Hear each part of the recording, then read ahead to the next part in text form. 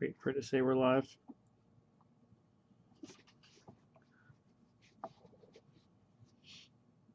Wait for it to say we're live. That's important.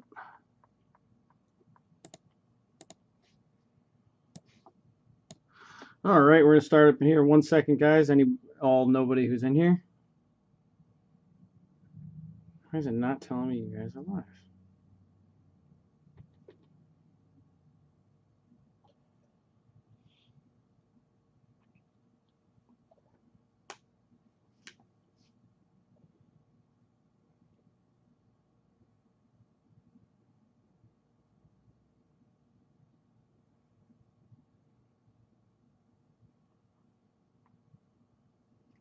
It says I'm hosting you, so that's a plus.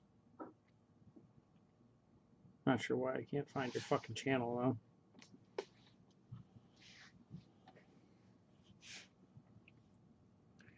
though.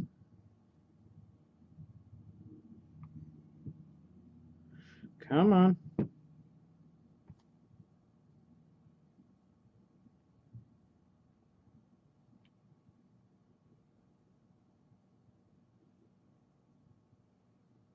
So, are we live right now? We are live. Okay.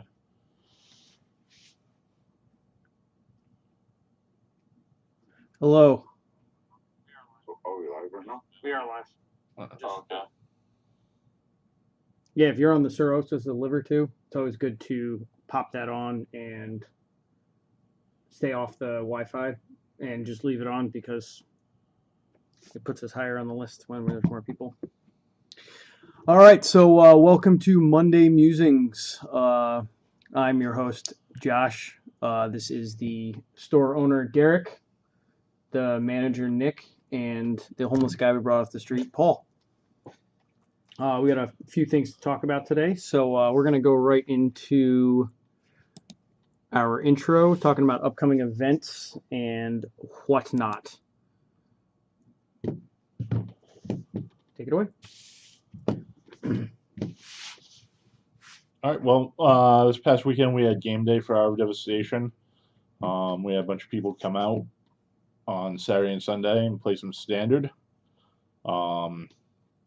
It's modern season, so standard's been not as prevalent because nobody's hosting standard PPTQs, but game day is a great time for people to come out and get in some standard games and win some prizes. There was a bunch of cool full art promos that we gave out, play mats. It was a good time. Like full art lands? Or It was actual cards. It was a full art Abrade and a full art Adorned Pouncer. is that the cat with the shiny that looks really good? Yeah. Yeah. Yep. That one has some really nice. We actually had a really good attendance compared to some of the other game days, which was surprising since focus really is on modern right now. But that was nice to see. We had a few players that were I don't know if they're new to Magic, but they were definitely new to the store. So it's always good to see new players. That's a win. Yep. Everybody had a lot of good fun. Seemed like a good time. Went pretty well. Last week we also kicked off our Star Wars Destiny League. The Star Wars. Yeah. How'd that go? It went really well. We have like 7 or 8 players. Yeah, we had a full table. Nice. I'm gonna have to check that out. I bought the intro pack, so I'm looking forward to actually playing the game. Yeah. The game's actually a lot of fun. I only got a chance to play one game, but there's a lot of interaction. There's a lot of strategy, I think, into it. The one game I get to play against was my girlfriend, who was just going through the motions, so it was more or less me learning mechanics. Yeah. We did a starter deck and 6 packs, so we were able to build actual 30-card decks, which I think... did like a draft almost, or like a sealed? Like a sealed, yeah. Nice. We want to keep everybody. Some people were able to get like a decent amount of product, and other people haven't. Yeah. That was the whole problem with Star Wars Destiny. So you do stuff like sealed. Yeah, so it keeps everybody somewhat on the same page, and you can't just get like blown out by somebody who was able to get a bunch of product, and you basically have a starter deck and a handful of booster packs. That's not what we wanted to go. We want to try to keep it as even as possible. So make it a fun game. Figured a league would be fair, and that gives everybody a chance to buy somewhat decent amount of product while still having people play in store. Like we got a handful of boxes. We could have sold them months ago. Just but, instantly. Yeah. To like one person. But we didn't really want to do that. We want You're people, more concerned with people. Yeah, we want to reward the people that play in the store. Like that's why we have a store. Otherwise, we would just have an internet store. Yep. And not have to worry about anything. Right. So it's one of the small bonuses we can throw people that actually play in the store is we try to actually get the product for them and not jack up the price if we don't have to. So there are small bonuses to supporting the store, and we definitely appreciate the people that come out and play in our events. Yeah, you know, even if you don't have a lot of money, we'll find some way to help you out. Like, we just want people to come down, you know. Enjoy games. Yeah, we're paying for all this space. We have all these tables. We want people to come down and play games. And we definitely don't want money to be a barrier to that. We'd rather have somebody come down and have a good time. You know, if you have the money to spend, that's awesome. Better for the store, but it's also good for the store just having bodies playing. Yeah. Yep.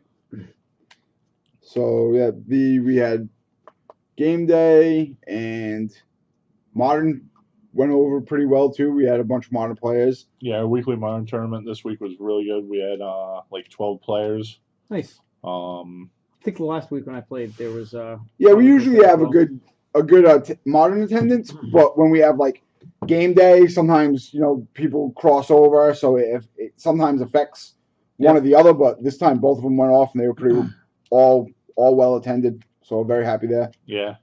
Yep. And Sunday in general can be a busy day. We had a good turnout for our card fight tournament, as always. Like, those guys are great.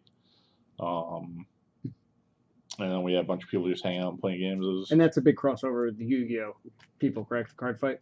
Not a ton. I think most of them at least used to play Yu-Gi-Oh. Yeah. That was probably the game that got them into gaming. But we have a solid card fight group, and a lot of them play card fight as their main game. They travel all over. They've won. I think our group has won like all 3 years of Rhode Island states. That's some good competition then. Yeah. So you want to learn how to play card fight? Come play with these guys. Yeah, they're really well. And they're actually all really good guys. They're like super welcoming to new players and stuff. So Paul doesn't play card fight? Paul? Paul doesn't play games. Oh, I thought that was a statue. I'm a miniatures person. Specialist. Miniatures better. Don't even get me started. So what else we get on the list? So we had a few upcoming products that are coming out soon. On the 19th and the 20th, we have a couple bigger Magic events. The 19th, we have a Legacy tournament. That's all the big hitters come out, right? Legacy, I think, has been a little bit of a lull, but next August, the Pro Tour is going to be a special format. It's going to be team trios. You go as a 3-man team, and one player plays Standard, one plays Modern, and one plays Legacy. And because of that, I think Legacy has gotten a really big push. So does your standing is like an aggregate of how you all do? Yes. Or is it more like where you have a race that's owned by a company, has a few people in the race? If 2 out of 3 members of your team went around, the team advances. Gotcha. So it's a really interesting format. So a player like me could have 2 good teammates and get carried all the way to the end. Yes, theoretically. Yeah, that's. But obviously you have to find a teammate that can handle each format, and it's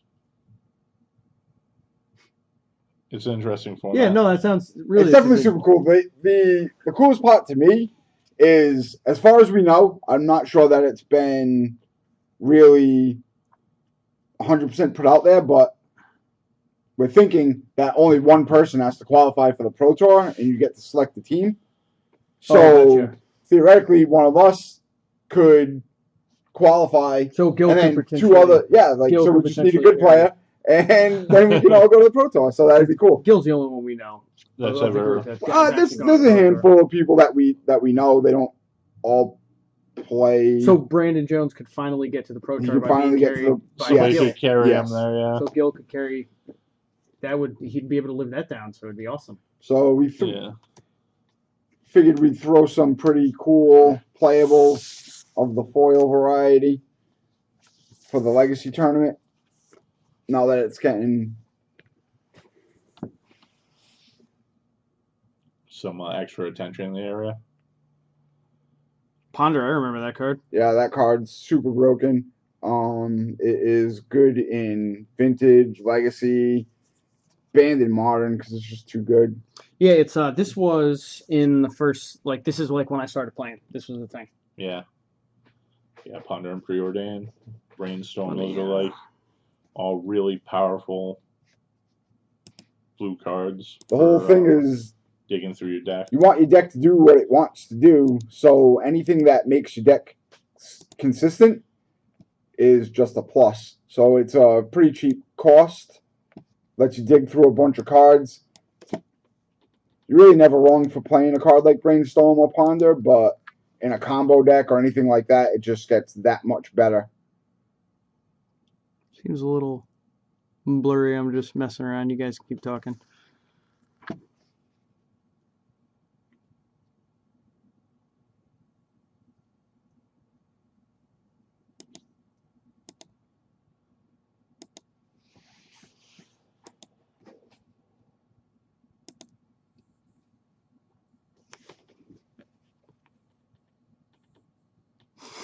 Oh boy. All right, well, trial and error, right? Yeah, you guys. I mean, this is just the close-up camera, so Yeah. you guys can keep talking. I'm just messing around with this, trying to see why this is not.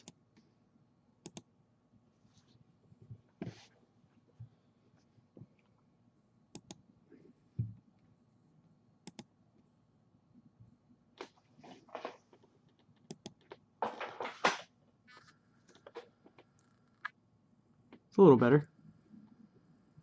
Yeah, looks fine. I think this is super zoomed in.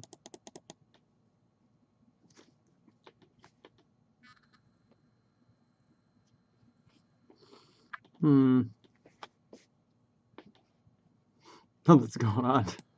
You guys don't stop talking to my account. It's too late. Just forget it. We'll do it later. Well, no, I just have to. It's all set. I got it fixed. You guys can keep talking. It's just the they can't see me moving on the Ready screen. to move on to the next thing. Move on to the next thing. The next thing is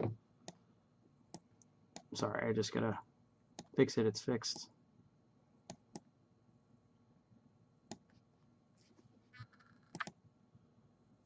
All right, there we go.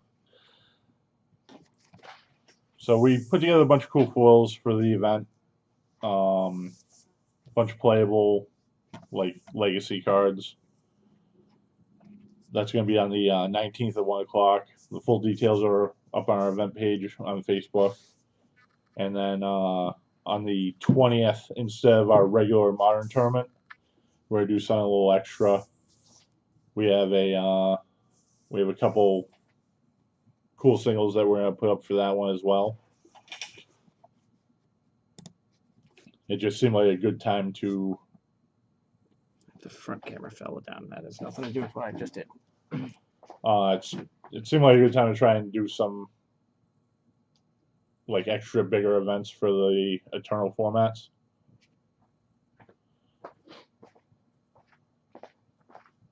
With the Pro Tour, I imagine a lot of people are going to be trying to put together teams and kind of like play test and get the ball rolling so that they can try and queue and get into This event. the team event for next August. So we for the Modern event, first place is going to get a Tarmogoyf. Second place is going to get a Damnation.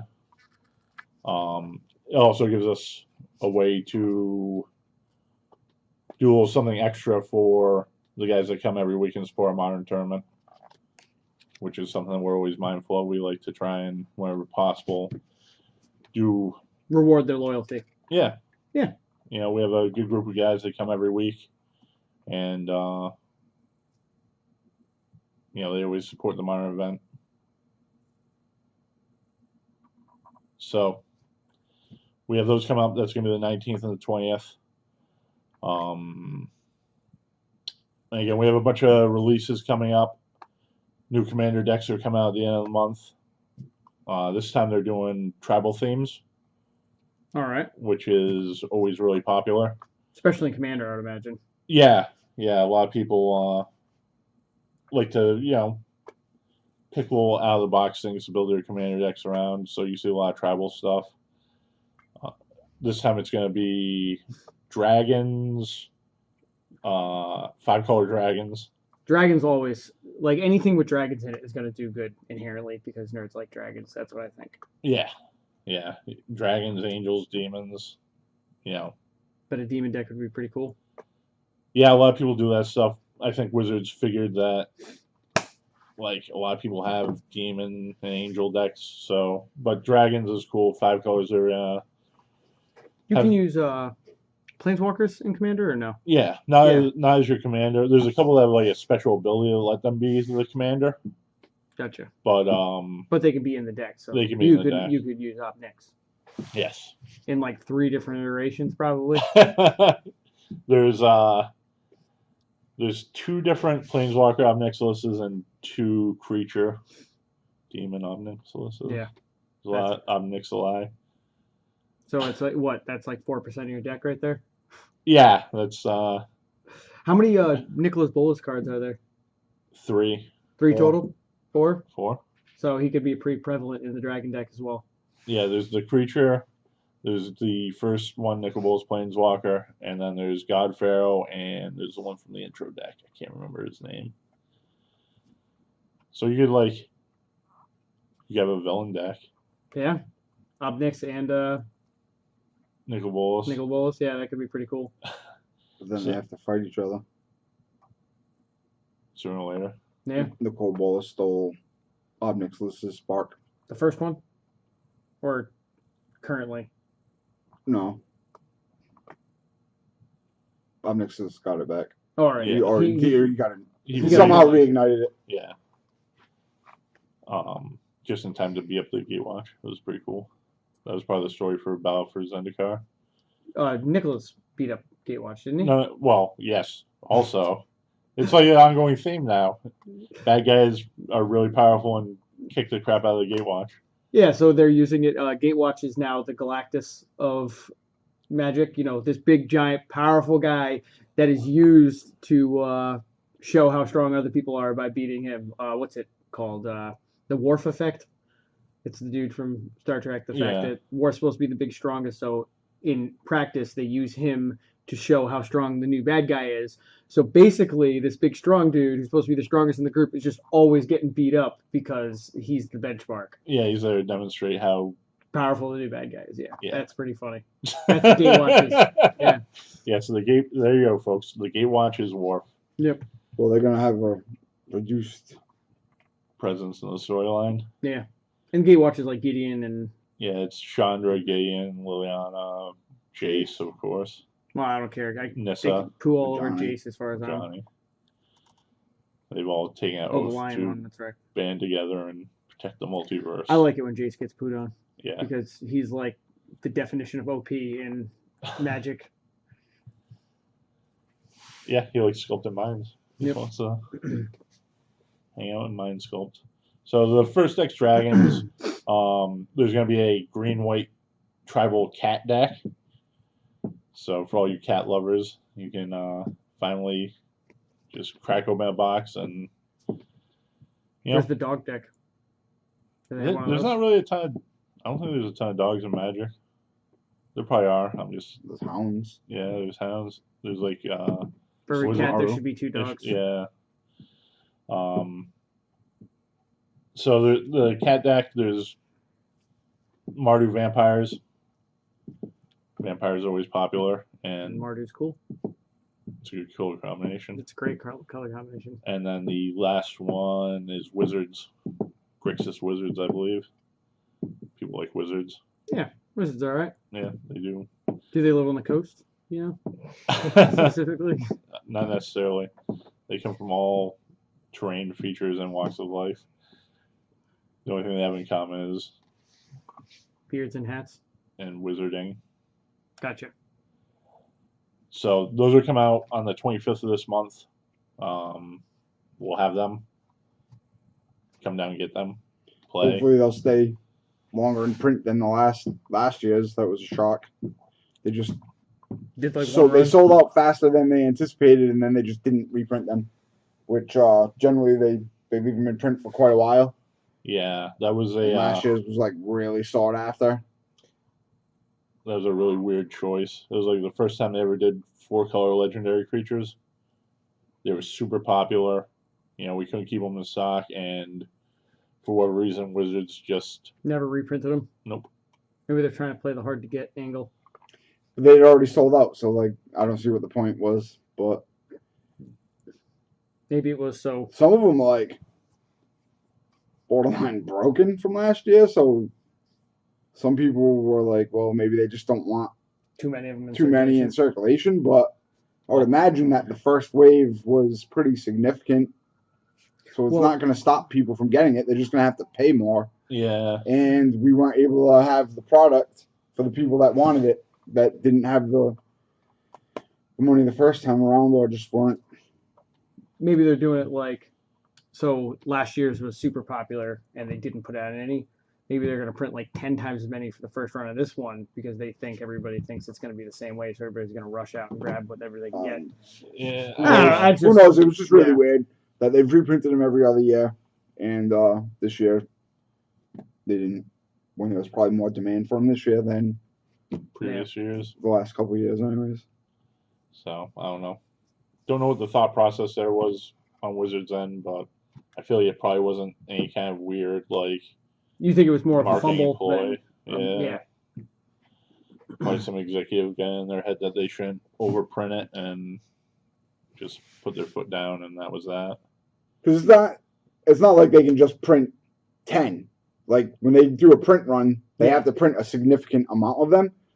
But I just, at the rate that it sold out, I don't see how they couldn't justify a second print run. But like Nick said, who knows? Somebody was the probably world may like, never know. we can't show them.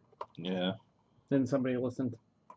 Well, I think the M13, not M13, the 2013 Commander decks, they did a second print run of, and it was called an alternate print run.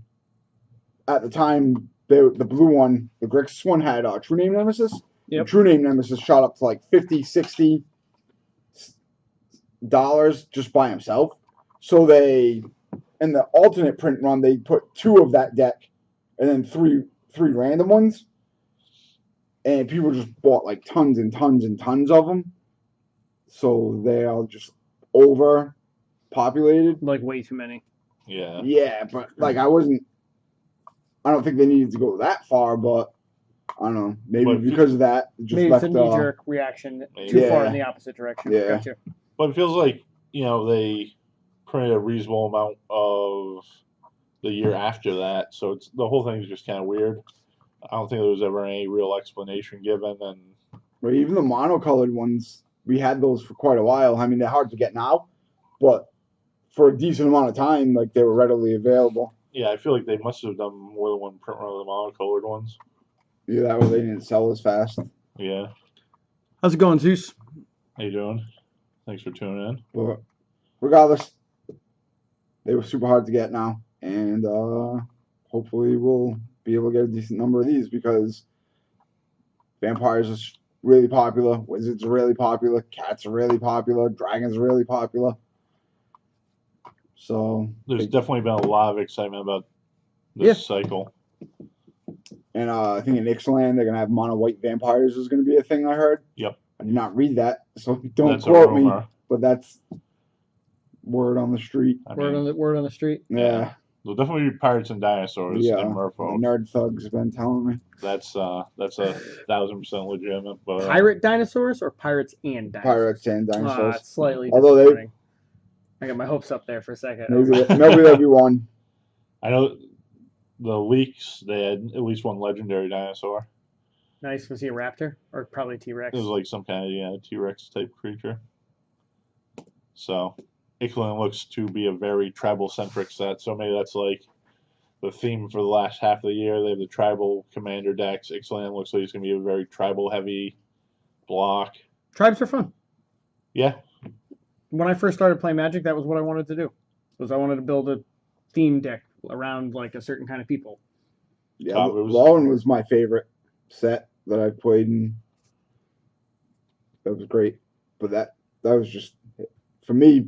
That hit all the areas that I wanted to be hitting. It was like high fantasy, good artwork, tribal themed. It was like a unique take on things. It was great. I feel like after Onslaught, they made like a really powerful Goblin deck, and Yeah. it just kind of like dominated things. So I think that they've been very, very leery about printing super Too many synergistic tribal, yeah. things. I mean, and Onslaught, the elves were really good too, right? There was a lot of really good elves. Yeah, the power curve was very high in that set. But the goblins was the majority of like the legacy goblin deck is Onslaught era goblins. That's how powerful they were, and they were standard legal. Yeah.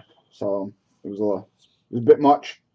But then they printed Archon Ravager a couple sets later, and you're like, you thought that was good. What does that card do? Archon, well, it was a deck called Affinity, which basically reduced costs by the number of artifacts you have in play. So All of a You sudden, can you have an just artifact deck that was steamroll- cheaper than a goblin deck. yeah, you Yeah. can just steamroll people, and it kind of like snowballs because it rewards you for having a lot. So if you have a lot of things, you're probably already in a good position. So they give you more. Yeah. So The rich get richer. yeah, And then Lorwyn had some interesting tribes. As fairies, I guess, was extremely good. and then that ended up dominating the Magic for the whole 2 years that it was legal. Yeah. So But super synergistic things are very hard to keep in balance. It's very easy to break them. Yeah, because And it's like- it only takes one little thing to tie 3 cards together, and all of a sudden they're Right. all exponentially more powerful than the total of their parts. Yeah. Like Fairies was a rough run, just because of just how good it was. and that block had like a real lasting impact on Merfolk as a deck, right? Yep, a lot of good Merfolk came in there, so that pretty much brought Merfolk back up. I personally played Merfolk in that block a lot. I don't know. I just kind of have this thing about playing the best deck. Like I don't have anything against people that do, and sometimes I do if I just really want to win. And my attitude is, tournaments are for winning, fun games are for fun games. But I like the Merfolk so much that I was willing to try harder. So hopefully Ixalan will bring some of that back without Some of the flavor, less of the power creep. And we get Pirate Vraska, which is cool. I don't know, between demons, pirates, dinosaurs, dragons, all this stuff going on. Like, I don't know why every time I talk to you guys, you make me want to play Magic. Thought I was out. Magic, the thing about Magic is it's a very stable game in a lot of ways. Yeah. There's a lot of ways to play. There's a lot of ways to get enjoyment out of the game. Well, it could be potentially one of the most, if not the most stable in the top 3 of like games of all time, not just considering card games or tabletop games or video games. Like, what kind of games what is it going on? 25 almost years. Next year 25 will years. be 25th anniversary. Yeah, that's like everybody considers, wow, a very stable game. It's been around for almost a decade now. Yeah. And it's nothing compared to Magic. Like, what do you have? Warhammer? Yeah. And D&D. Yeah. I can't think of any other ones. Like I guess those are like really kind of like three of the major pillars of like nerddom. nerd gaming is D&D, Magic, and Warhammer. Yeah, and they hit all And the Monopoly. Just in the corner. Yeah. I mean, if you think of it like in the sake of video games, because they haven't been around as long, and everybody, a lot of people who think a franchise like Halo or Call of Duty that's been around for 12 years and that's a franchise over several games, and they're like, that's a legacy at this point. World of Warcraft's been the same game for 10 years, same game, and that's a thing. And then you look at the older ones, it's like Mario and Zelda, but in order for them to be around for as long as they are dozens of different, separate, unconnected games. And some of them are like vastly, completely different. Yeah, Magic's just like if you compared the original Zelda to the newest one that came out for the Switch, like nobody would ever. Yeah, it's like, oh, they're both wearing green. No, he's not. Never mind, he's wearing blue. Yeah. Yeah. So the fact that Magic's like super versatile, and it's just like really, I guess it was just a really intelligently built game. Yep. Definitely leads to its longevity, and there's just there's a lot of ways to play. You can play casually for fun. You can be competitive. There's a lot to be done out of it. Some kind of weird bastardization of the two. Yeah. And that's what Command started off as. Yeah, Commander's miserable though. I can't play Commander. Commander's Although I am super really fun. digging Modern lately. I'm having fun. Yeah. But it also helps when you're always playing against good people. Like, I played that dude that ended up winning the tournament. He was the nicest guy in the world. And last time I was playing against Howiak most of the time, which is always enjoyable. He's like, no, you're doing all that wrong. He's like, I'll let you fix it, but you're doing all of this wrong. And I'm going to also put my lands on the wrong side of the map to bother you. Yeah. So, looking forward to the Commander decks next land. Later on this month, another week or so, the new game from Paizo comes out, Starfinder. It's like the sci-fi future D&D, right? Like, fantasy Pathfinder. gotcha. Sci fantasy. Yeah, it's not hard science fiction. It really is like a advancement of Pathfinder. So it's like there's orcs and elves and goblins out in space with lasers. With lasers. Yeah, if you're ever looking for a good time, get on a spaceship full of goblins with lasers. Well, I mean, I think they'd aim to please. So. So that's coming up. That the core book releases on the 17th, which is right around the corner, and they're going to be launching organized play for that as well. Starfinder Society, as opposed to Pathfinder Society. Well, at least they're unique. Like a whole. Consistent. Yeah, they'll be like they do Adventure Pass for Pathfinder. They're going to do them for Starfinder, so you can essentially get like a book every month or a couple months, and it'll be a full campaign from 1st to 20th level. Nice. They're kind of advancing the story of the world. Yeah. Yep. They always do a lot of stuff like that for Pathfinder. Nice. And they're carry that basic model over through to Starfinder. There's miniatures coming out for both characters and like spaceships. They have a whole spaceship combat system for this game. Nice. Which I hope that plays like Battleship, more or less. Yeah, you have to use there's a grid. No, I don't think so. But so we'll probably be looking at perhaps even starting up some Starfinder Society games here in the store. We're always looking for DMs. People that are interested in running stuff is always like super helpful. Which kind of ties into something we're launching later today. We're going to start Adventurers League up again. Our friend Noel volunteered to start DMing for us. Very good DM. Yep, he's been running 3.5 for us. He ran TC Realms, which is a living campaign for D&D 3.5. You played in that, obviously. Yeah, I played both his games. Yeah, very. So Noel's a good guy. He's a really good DM. He's going to get the ball rolling with Adventurers League for us, which is organized play for D&D 5th edition. Which should be good because 5th edition's better. Yeah, 5th edition is a great system. Yep, I like it very much. It was the easiest for me to wrap my head around, but it seems like there is plenty of wiggle room to do pretty much whatever you want to do. Yeah, there's all the options are there. Can you be a werewolf wizard? You could. It's up to the discretion of the DM. I believe there's actually rules in there that say you can make the equivalent of any creature you want. You just have to make it as strong as a level 1 human. Cool. I know where I'm going to be. A wizard, Well, werewolf. Adventurers League's a little Dragonborn, but Adventurers League's a little more restricted than that.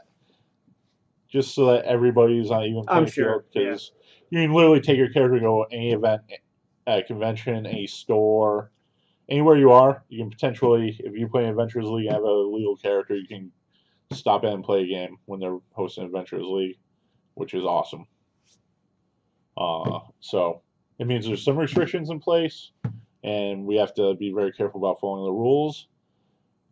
But the payoff is anywhere you go. Yeah, Dragon. You can just plug and play. Yeah. Typically, the adventures are self-contained to like one session. which is one of the cooler things is that you don't need a dedicated party. So somebody who might not have every Monday off, is more than welcome to just come and go as you please. You can play when you can play. You don't have Yeah, to you don't have portion of your life. You don't really have to worry about party dynamic, like having a tank that refuses to tank or something like that. Yeah. Because the roles are less important, and that's the way that they're designed. So you can just play your character and not really have to worry about somebody who's screwing over the whole party for no reason. For no reason at all. Yeah. Gotcha. Yeah, the system overall mitigates issues like that. Kind of like compensates for personality issues. We've all had that game where you're supposed to be a group, but somebody just refuses to do the role that they signed up for, and it's infuriating, and nobody wants to play like that. Like, I've almost quit those games myself, even though a bunch of my friends were playing, and it was supposed to be like, something fun, and it turns into something just absolutely miserable. So, Adventures League, you don't have to worry about that. You make your character, then you just do what you want to do to the best of your ability. I mean, obviously, if you get somebody who's just like refusing to do everything and just dragging the story along, but hopefully we won't get any of those people. But you can always just go to a different adventure at that point. Yeah. If there's somebody like that that's there every week, you just don't play at their table. Right. So they potentially will have multiple tables going too. So very cool. And what days do you guys plan on doing that? It'll be Monday nights. We're gonna start off on Monday nights. 6, I'm assuming, or 6. We aim for 6. Loose start time 6. Yeah, everything at game start time. So one of our other friends, Justin, has been talking to us about being a backup DM. So if things grow and do well, we'll be able to run extra tables efficiently. Really psyched about it. This is a good way to let people come into the store, get into a role playing game, try out 5th edition, get their feet wet, so to say. Yeah, and like recently, last few months, 6 months, a year, I don't know. There's been a lot more interest in role playing in the area, so it's really good to have a way where we can say, yeah, you want role play? Check out the Adventure League rules, build a character, and come down and jump into a session. Try it out. Sounds like a good plan. Yeah. So, and it's free. Yeah. Free, that's the best part. Yeah. So we're going to start that off tonight. On the miniatures end of things, there's a couple of cool releases come out from GW. They're putting out the codexes for Grey Knights and Chaos Space Marines this week. Nah, 1 out of 2 ain't bad. The Grey Knights have been super popular. Yeah, I mean, they're pretty cool. They look cool. They're super nerds. Broken too. Well, I always thought they looked cool in their little exoskeletons on top of their armor, like some of those. You know what I'm talking about? Oh yeah, the dreadnoughts. But they're a loyalist faction, so they're lame. That's just all. They're pretty cool. Yeah, I mean, they're like paladins. They're demon hunters. Nothing stopping you from making your own little backstory. No, I know. I'm just saying in general. But yes, people the canon fluff is lame. Pretty. Yeah, what are you gonna do? Some people like Some people like, Sometimes representing order and, why not both? well, sometimes people want to play both. I don't know, man. I don't have all the answers. I just know that I'm just Grey Knights are kind of cool. The hating. models look pretty sweet. Everybody that works at the Great Lich is lame. They're like space paladins. They're all psychers, so you get lots of spells. They're like, we're gonna be a really cool faction. Psych. Mm. But the chaos is supposed to be really good. I mean, they've combined demons and marines, correct? Like it's no longer separate factions. It is just chaos. No, I think it's still. Is it? I was under the impression they were. I'm not sure. I could be wrong. I mean, I don't know. You probably all. I mean, I'm sure they have plenty of subsets. Yeah. But like. I mean, I imagine you can play them together. Yeah, well, you could. There's like a lot of crossover. Yeah. To begin with, but yeah. I think the main divisions for chaos are between the gods, the 4 chaos gods. Nice. Or 3.5. Slanesh is kind of the best one. Is a. I think it's a demisexual god. I don't know. With all kinds of sex parts. It's unisex. No, that means. Yeah, I guess. Regardless, Slanesh is a nebulous place in the storyline, I think. Yeah, because he was the created one, right? Like he wasn't. Yeah. Kind of MIA. Eldar did it. I know at the end of. You mean the Drakari? Is that what they're called now? That's the Dark Eldar and the Eldari. Eldari, there you go. But the end of 7th edition, the storyline was the Harlequins launching some kind of plot to bring all the Eldar together to kill Slanesh. So they don't like their god? Well, I guess they reignited the god of the dead, and then they. So there's a 5th one. They now? have the Yanari guys that worship him. No, I think a bunch of the Eldar gods get killed. And Slanesh wasn't actually like one of their gods, was he? So why would you ever choose a god of death over a god of like? Isn't Slanesh like the one about like pleasure and excess? Yeah. Beggars can't be choosers. And I feel like Slanesh eats the souls of the Dark Eldar. Something happened, and they had to hide from the Dark Eldar. Had to hide in the warp world. I don't remember what caused it, but the reason why the Dark Eldar hide in the warp is because if Slanesh finds them, it'll kill them. It's all done. I don't remember what caused that. Yeah, and then like the Eldar are shielded or something like that. Yeah. From it, Slanesh doesn't realize that they exist. I don't remember the particulars. I just know the gist of it. Yeah, the bottom line is the Eldar really don't like Slanesh in any way. Gotcha. According to the backstories, that the Eldar created Slanesh because of their excesses of everything, their ego and everything else, and they were doing some kind of experiment that went wrong, and it made a big explosion and killed most of their gods except for the laughing god of the Harlequins, and Slanesh was born. And the Hulk came from that explosion. Yeah. Banner Hulk. It was the gamma radiation that from the explosion that created it. Yeah. Pretty sure that's canon. Yeah, I think that's right. Now. So anyway, at the end of 7th edition, they awoken the god of the dead in some way, and the Yanari guys. Much cooler than our old god was trying to kill us. Yeah. The Yanari guys and the Harlequins are where I think attempting to snuff Slanesh. Not gonna work. Probably not. So Saturday we get Grey Knights Codex and Chaos Marines Codex.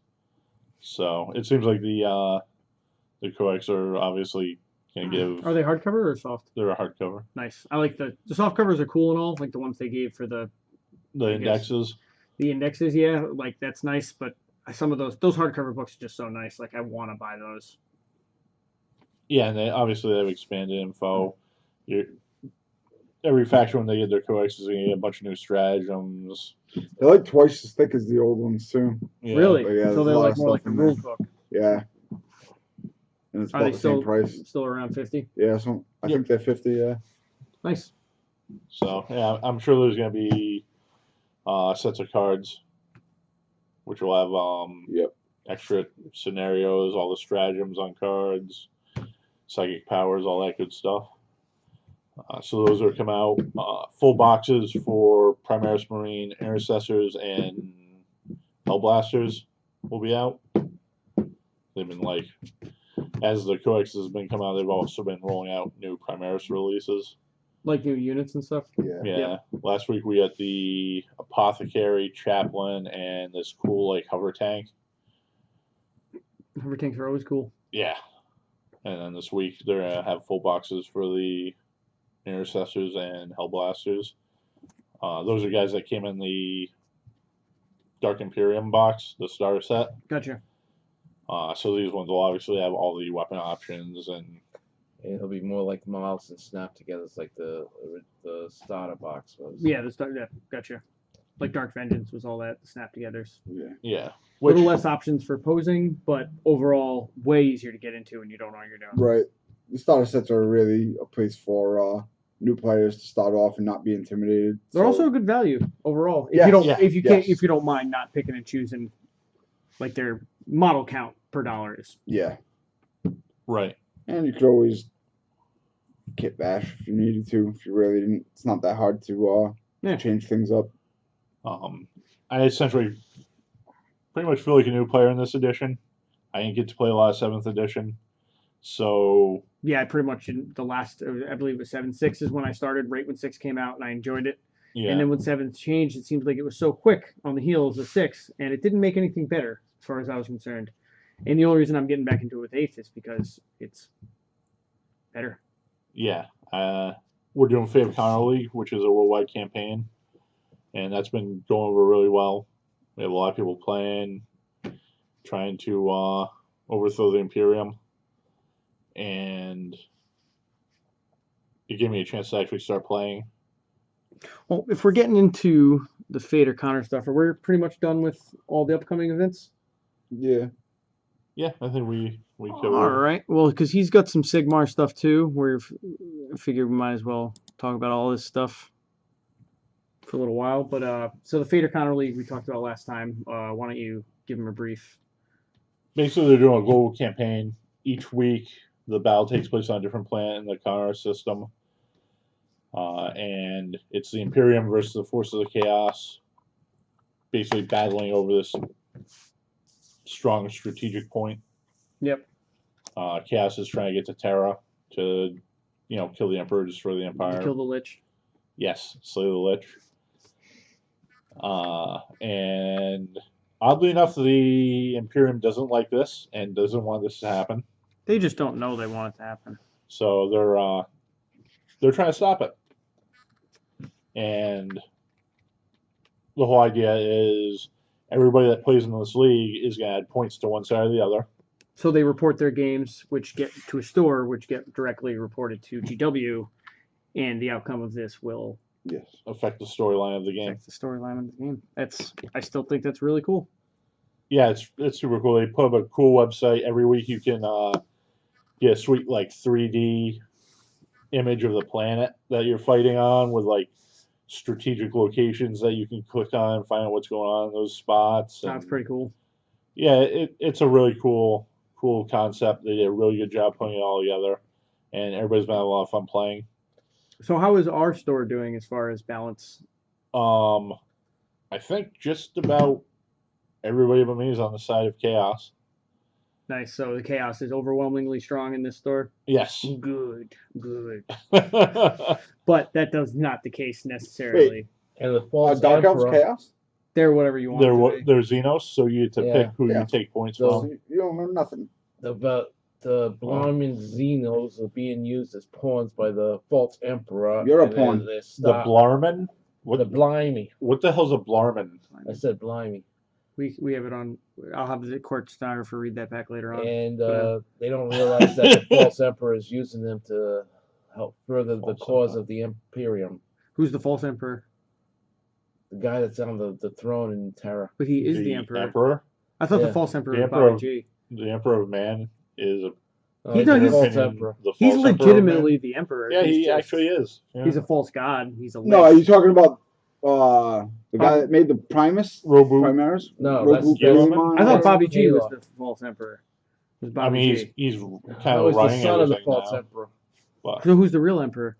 yeah, The guy that the shell of a guy that's on the no, golden no, no, throne. no. You just claimed that he was a false emperor. Yeah, he is. So who's the real So emperor? who's the real emperor? I Who's don't the know. real Nobody. Just the gods, especially Nurgle. I That don't think that's doesn't how make government sense works. at all. Separation of church and state, bro. Nurgle's the real god. Nurgle is Yeah, the Nurgle. lamest of all the gods. He is a real chaos god, though. No, I know he is. We have to give Paul that. He is. But Corn's way in the cooler. lore, legitimately a real chaos god. Yep. He's not really an emperor of anything. I mean, Corn's probably the coolest one. Yeah. Yeah. But if I was going to work for any of them, it would be the pleasure god. So That's the one I'm going to work for. Gee, It's like you can go get locked into a tower of excess and pleasure for 1,000 years, or you can go grab me skulls. Hard choice. Or you can rot. Or I can start and become a decomposing. pile of goo. Yeah. I'll pass on that. Or I don't know what Zenich does to He just people. A changes. lot of change. Yeah, you Yeah. get tentacles and shit. Well, at least things are always interesting with him. I Yeah. guess. So It's he'd probably be it's a a close wild second. ride. Yeah, It's probably really psychedelic. yeah. But Nurgle would definitely be last. Oh yeah, Absolutely definitely. last on the list. I really have never been able to comprehend why anybody becomes a devotee to Nurgle and decides it'd be really Because it fun gives to rot alive. you some slime armor, and it's great. You get to Strength feel no and pain. power. That's the only reason. Feel no pain is the only reason why you would ever use him. At least before. I can't be speaking of Eighth, but strength and power. yeah. But Corn's got more strength and power. Yeah, he's Maybe. corny. Yeah, he's blood god. Yeah, he's His whole thing is just strength and power. That's all he's got going for yeah, him. like really Nurgle's Defense, a little like kind of. what is I don't even know what Nurgle does. He has like things to be rotten. Yeah, but if you're working for Nurgle, you can always be like, well, he's my god, and I mean honestly, I look better than him, so I feel better about myself. Maybe that's what it is. You know what I mean? It's like Harrison. You always have the one ugly friend that you bring out with you to help you pick up chicks because they're like, Maybe that's it. So, anyway, playing League, I found that the new edition is super fun to play. It's actually really easy to learn. yeah. I know making lists that's as far as I've gotten because been kind of busy, but the lists are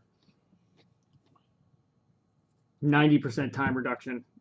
Yeah, we've been building lists. for the league. We're doing escalation league, and we're using the power level system instead of specific points, and it's just super easy. You can put together a list in minutes. Yeah, it's really Read that? I'm just gonna hit the button on the side. it's just really quick and easy. The rule set itself is like super streamlined, straightforward.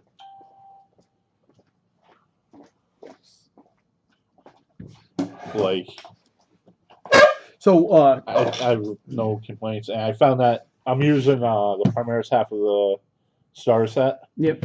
and at the end of the day, as somebody starting out, it's kind of nice to just slap them together, and you don't have to worry about figure out what weapon you should put on them and stuff. Yeah.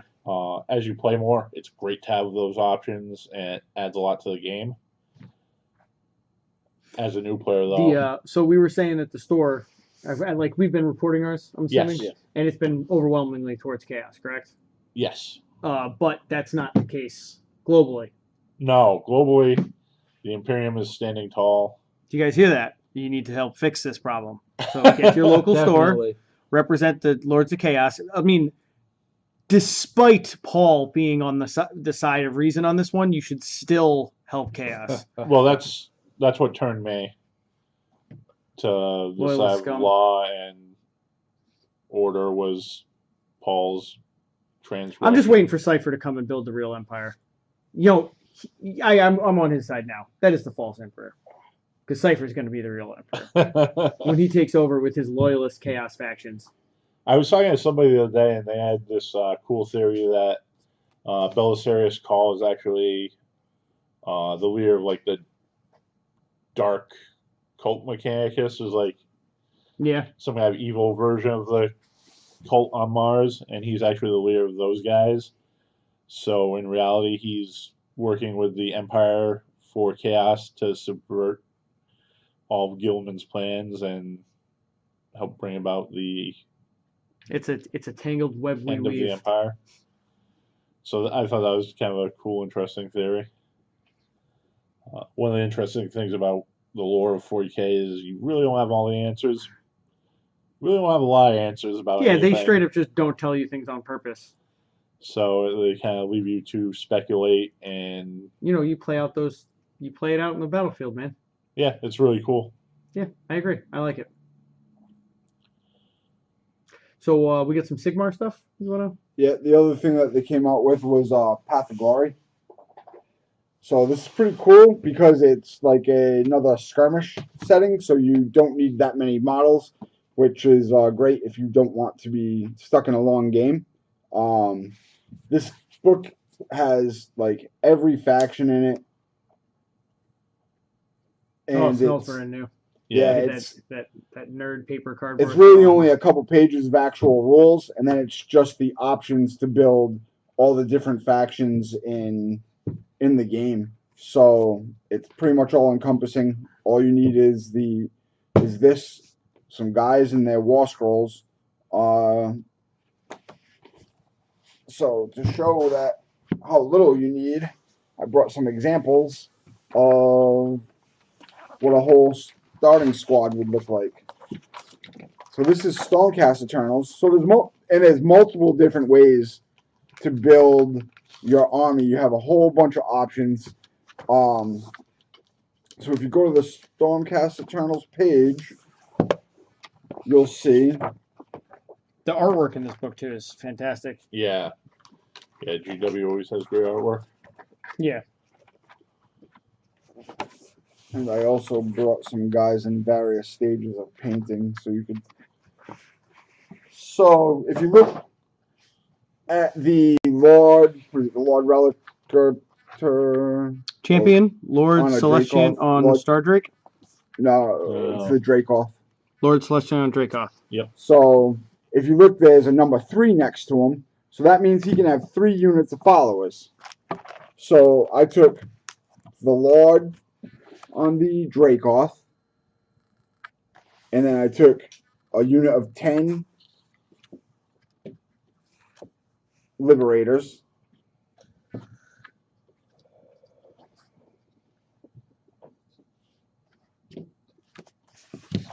And then we have 3 Prosecutors. So it tells you exactly. So you can pick from this chart. So 10 Liberators says right there. And then we have the 3 Prosecutors right there. You can pick off at any chart that you want.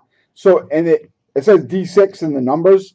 So you could roll if you want a random group, or you can just pick what you want.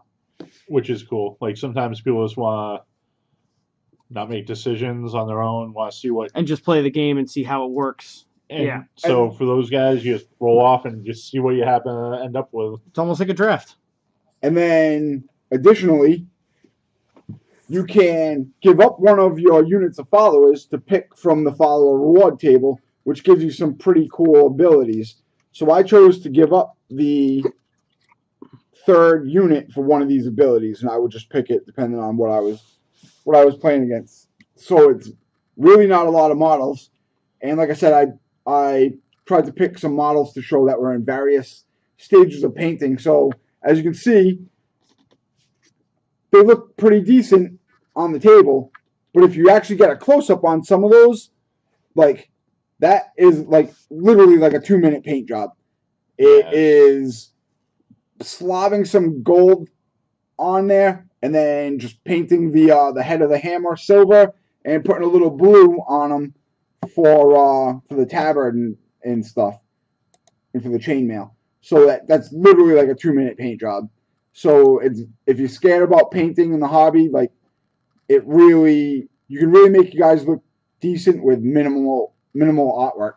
And then the Dracoth I put a little bit more time into, but there's like so much out there as far as like guides and helpful hints and stuff. So I was following a guide straight up, and the Dracoth actually came out halfway decent. Oh, He's still yeah. not. He's not. I think the Dracoth's looking really nice. Yeah, and he's It not looks really done. good. And it really was just following the steps. I actually got the GW, the Games Workshop book that shows you how to paint those guys, and it's really just a process of steps more than like some inherent talent. Yeah, I'm a Yeah, big it's- advocate for the steps. And you can see, like, this dude right here is maybe halfway done, you'd say. Yeah. Mostly just base coat, and probably took you how long? If you knew what if you were just painting, like maybe an hour or two. Yeah, tops, and that's So- like including time to dry. And this guy, stuff. and this guy, when a foot away, in a very uncompleted state, looks amazing on a table. Yeah. It doesn't. Like people compliment them all the time, and I'm like, he's not even halfway. He's like halfway done. Yeah, you just got to get, man. You just got to get brush on plastic. Yeah, It's it's all really- you got to do. That's really it. Is It's really just having the dedication to do it. And like, look at these guys. You've been looking at them down there for a while. Like, these guys look great. Yeah, they look What awesome. gold did you use on these? I think it might be Auroch Gold. I don't Sarah remember. Sepia wash? I don't remember at this point. Actually, James painted those. The ones that are based, James painted. yeah. I like it less.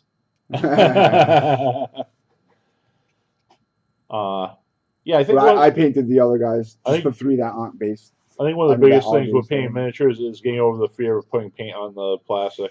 No, because Like- because Once you get over that and just start painting, this is a really good example. 'Cause see this guy, like, there's not a lot going on here. He's got a few colors, and when you go look up close, I'm sure you could find issues. I mean, it looks fine.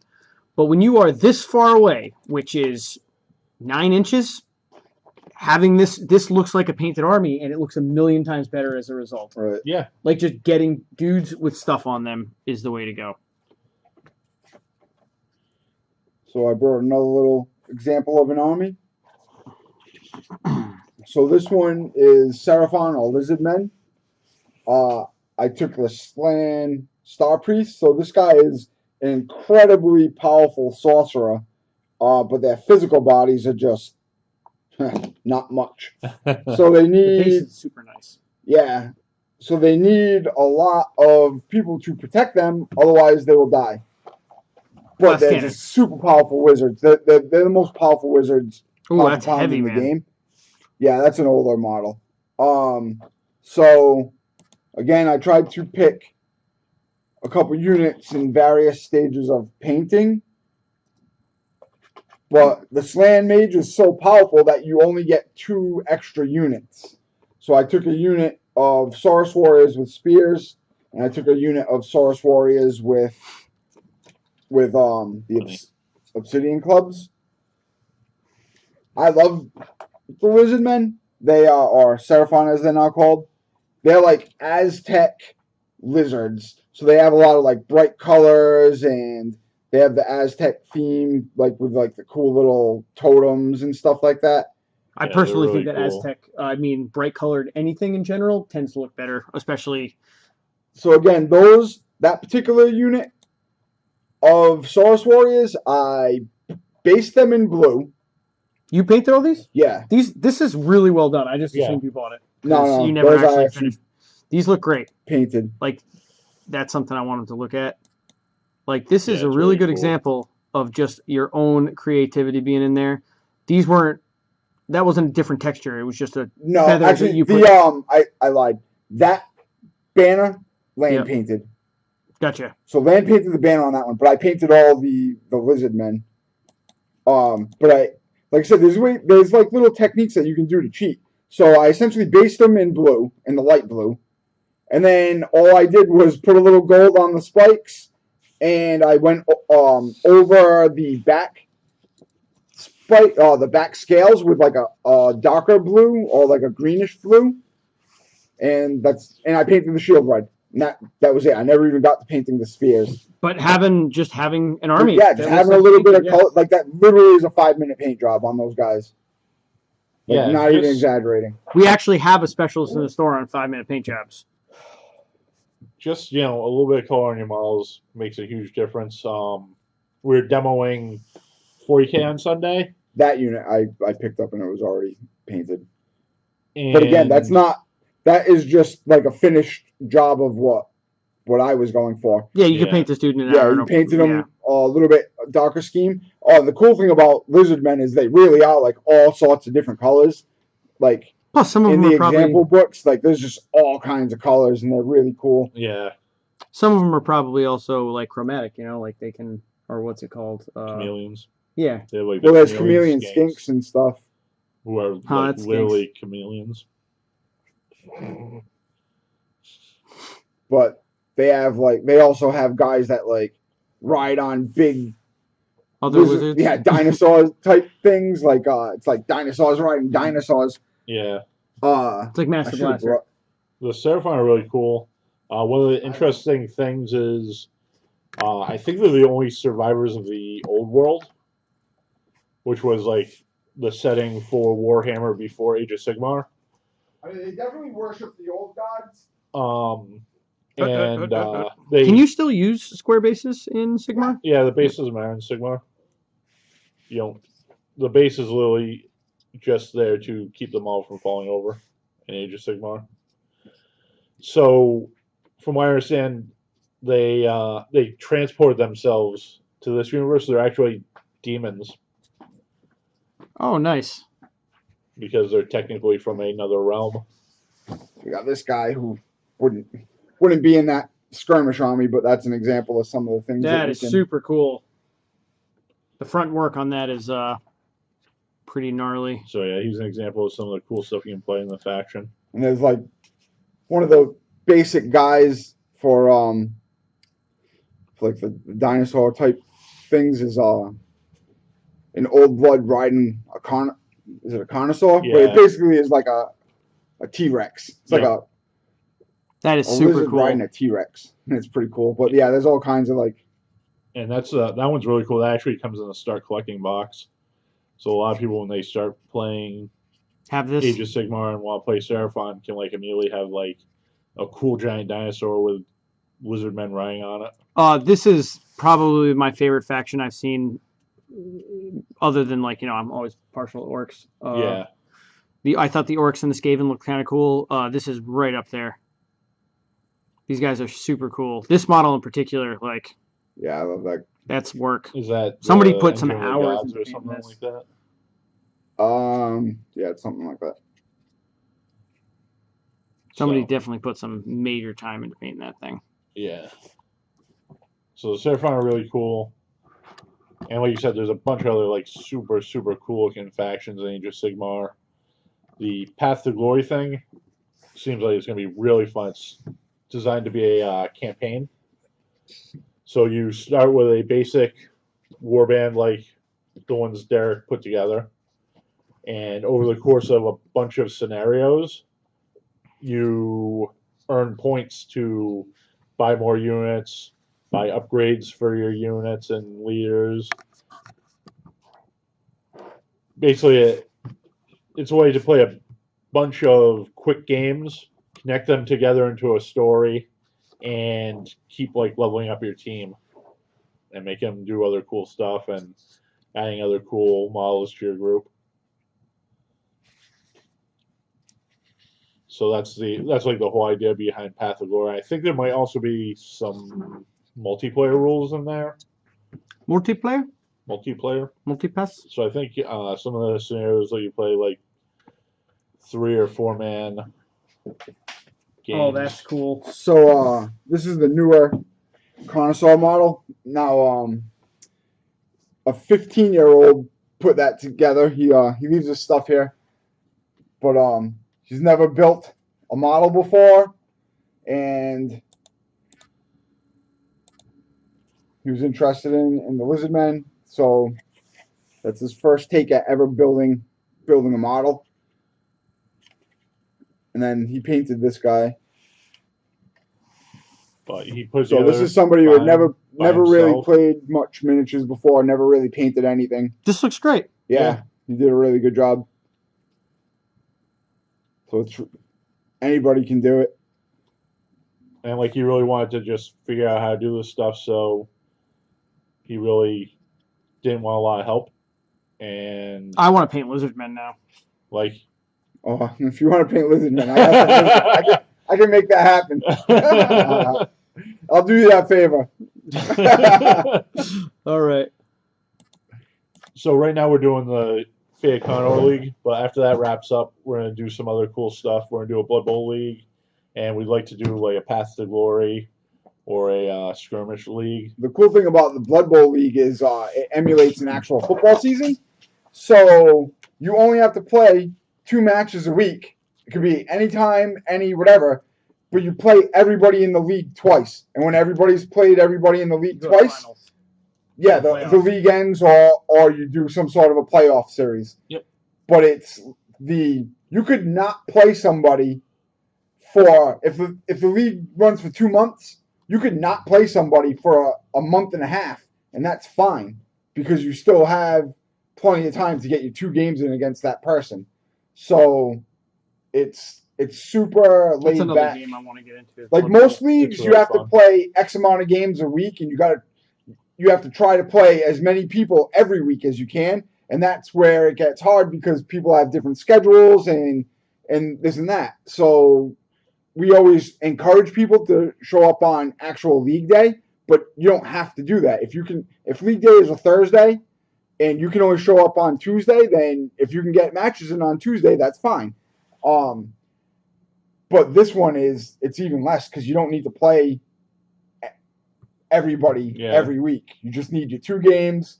Could be any time, and it's fantasy football, so you're playing like a sports game. So it attracts a lot of people that aren't big miniatures fans, Yeah. but want to play like a sports related game. It's on my So short it's- list of. Yeah, it's really cool. And it's a good way to get into minis. Like it's a small mini account. Yeah, you really only need like 12 guys. You can buy 1 box. Boxes are like $35. You get a whole team.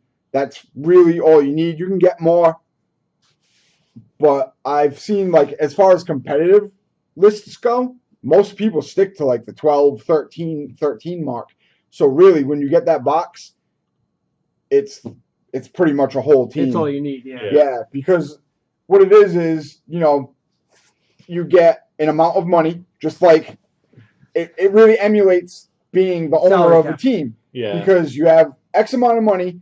Now, there's all-stars that you can buy, and they're like super good, but they're also super expensive, and they cost a lot of money to obtain. So do you put a lot of like skills in regular guys, or do you get one all-star? It's up to you to decide how you want to go about that, but you have X amount of money. So Yeah, I think Path to Glory is gonna be a lot of fun. I really like the campaign aspect to it. yeah, Path of Glory is great. Sorry to cut you off, but we had a Well, that's what he was. Yeah. Oh, just- sorry, I I just want to say hi to Ghost Wolf. This is somebody who's super supportive. of yeah. my I've channel and all seen the time, yeah. him on your feed. Yeah, good guy. I told him about the show. So he said he was going to try to make it. So Awesome. glad I Thanks could for have. stopping by. We appreciate it. Yeah, Path of Glory looks great because like me and Nick, we pretty much run the shop. We have a few people that help us out, but for the most part, it's me and Nick running everything, and we have a fairly large store, so I don't have a lot of time. Like I want to play all these games. Yeah. That's why I opened the game store, because I want to play games. But unfortunately, now that I own a game store, I can't play games, and it's just kind of a weird thing. So I have to live vicariously through other people, or I have to play games with a short time. So this game, especially at the beginning, with 2 units and a leader, it literally takes less than a half hour. That's what we teach people. This is the exact army for the Stormcast that I teach people how to play with. Yeah. Yep. For when we demo Age of Sigmar, like the full game, that's what we break out. Yep. Because you want low model counts for. Right, you don't want to Anyway. overwhelm people. Yeah. In Age of Sigmar, it's so easy, move, attack, blah, blah, blah. You wait till they get the basics The of it and strategy- then tell them they can Right. expand. Right. So games like Age of Sigmar, when they come out with things that lend themselves to a small model count and quick games, are really good for us. Lets us actually play. Because Blood Bowl is like a 2-hour game. Yeah. You're looking Well- at 2 hours. The fast 2 hours for us because we're fairly new players. We still have to look up rules and stuff. Right. And it's 2 halves, and you need a few drives, but this game is like a half hour. Yeah. Yeah, we really like Skirmish too. We played a bunch of Skirmish games. That system's also really great. Path to Glory looks even simpler to build your army for, your warband. There's really... Yeah, let me know how those catering overlords work out. I bought them and I put them aside, but I haven't built them. But they look so cool that I just want to play them. Yeah, I just want to play them. They're cool so looking. cool looking. I mean, I feel like minis in general cater to it looks cool. That's why I Yeah. want it. Like, Yeah. I mean, obviously, it's good. They're mechanically... their sound, like Sound. statistically speaking, as Yeah. well, but not always the most important thing. No, not always. I definitely pick a lot of factions and teams based on how cool the models look. Yeah, I'm like moving towards that direction, like well away from like my chaos stuff. I Yeah, they completely definitely gave look up like on. steampunk dwarves. Yeah. They look so cool. I don't think I've ever actually seen them before. But They're They're like really cool. they're like these steampunk sky pirate dwarves. They have like zeppelins. I'm and Sky Pilot of yesteryear. pirate. Sky Pilot, Pirate. Sky And Pirate. Yes. Wouldn't that both be both? Wouldn't a Pirate be a Sky Pilot as well? I suppose they have pilots. Yes. So And the guys, they're riding a balloon that looks pretty cool. They're attached to a balloon. balloons are cool. I mean, People, kids seem to really. clowns Yeah. that often have No, but balloons. seriously, they got like a little small engine on the balloon, man. It's their fast attack units. A balloon is Yeah. not a fast attack unit. Well, according to the rules. I mean, unless they got operate. like a fan on the back of it. Yeah, they do. It's like a mini motor they got in the back that moves them. But it's really great that for Age of Sigmar GW has been coming out with these like skirmish size This is variants and that's what Paul's talking campaigns. about. That's one of the sky ships. It's also like metal balloons. Yeah, Yeah, so it's they're like a Zeppelin. completely encased in armor. They have like no flesh showing, but apparently in the Age of Sigmar world, the Dwarven lands, or at least the one that they were living in, were destroyed, so they fled to the skies. So they're like lightning thieves in Stardust. Yeah. You should come down to the store sometime, Ghost Wolf. It'd probably only be like 20, 30-hour trip. Yeah. You know. Where's it from? I forget. He's told me dozens of times, and I'm horrible with stuff. And we have a new Ghost Wolf that started showing up. That's not him. Oh, really? It's Ghosted Wolf with an underscore as well, I believe. Oh man, So it's starting to get me. I'm getting confused. You gotta kill one. You gotta kill He's him. Basil The- because he used to be imposter. Basil Fish. Kill the imposter. Oh, I yeah. call him Basil still. At least I'm pretty sure. Maryland. Oh no, it's not that far. Yeah. What is it? I think it's like 8 8 hours. Not that bad. You going to? That's closer to Gen Con or about the same distance? They're Yeah, closer I mean, to Gen It's gotta Con. be Yeah. closer, right? Yeah, the guys are going with Gen Con, so Yeah, we'll be at So I mean, we're pretty much. Are we all done talking Yeah, about we're pretty much 40K? all So I'm gonna. We just ran out of time anyway, so I'm gonna start up the next thing. We can get to the. We'll get to the Gen Con thing, but I guess you want to do the cards. Yeah, so we had three releases of note last week as far as card games go. We had Yu-Gi-Oh, which we did a couple packs, yep. Last Go to week. the duelist. and then we have Sun and Moon, and we also had a new Bushiroad game called Dragoborn, which actually looks really cool. I like Bushiroad as a company. They give us a lot of support. Like Yeah. they're always giving us promos and cool things to hand out to players, like playmats. They've given us like fans, All kinds of banners, stuff. deck Tote bags. boxes. They're a really cool company. But Card Fight, Vanguard, which is like that big game, and Buddy Fight and White Schwartz. Those are the games that they make. Three, like, So Card Fight and White Schwartz are very similar, but White Schwartz has all different anime properties yeah. that they kind of bring in under one banner, sort of like Universal Fighting System. But it's very close. it plays very closely to the way that Card Fight plays. So those games are good, and we have just a really dedicated crowd towards them. But for whatever reason, I just didn't really get into it. But this new Dragoborn game, the artwork is really cool. I'm just gonna grab it. Where'd it come in? Right over next to where the laptop is, they're in deck boxes. You can see the over the clear deck box to your right with the dice. You can see it, and the deck box under it. There's the rule sheets and everything. Yeah, there you go. Yeah, this game looks actually really, really super cool. What stuck out to me was the artwork on the demo game. It's like a knight riding a dragon. It looks like, I think. Yeah. So the artwork looked cool. That's this game right here? Yeah. Yeah. The game seems super easy to play. So it's a little combination of like Magic and Versus or Warlord. Not Warlord. It kind of has like some aspects of like Kaijudo. So everything has a cost, and then it has like a power and endurance, which is basically attack and defense. But at the beginning, so you start and play with 3 resources, which are kind of like land and magic. You start and play with 3, and then at the beginning of your turn, you flip over one and add it to your resource row. So it's every single card counts as a resource, and the symbol is on the bottom of the card. So beginning of your turn comes, you take the first card, put it upside down, and it goes into your resource row.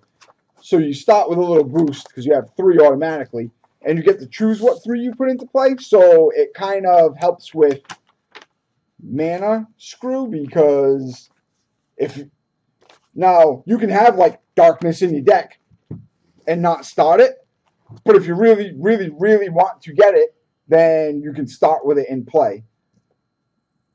So it sort of like inherently gives you a way to make sure you get all of your colors. Right.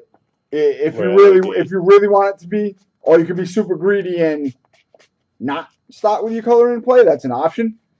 Sometimes I get a little greedy, and sometimes I just want the sure thing. So yeah, that's a pretty interesting aspect of the game. And basically, you have like 3 territories that you control, and the object of the game is to break the territories and hit the person. Oh, and you also have dice. So your abilities have like, you have guys with Drago abilities, and you can activate their ability, or you can like add to their endurance with like special abilities. and you can use the dice as resources to help defend your territories. Yeah, too, that's right? the other option if you don't want to trigger their ability.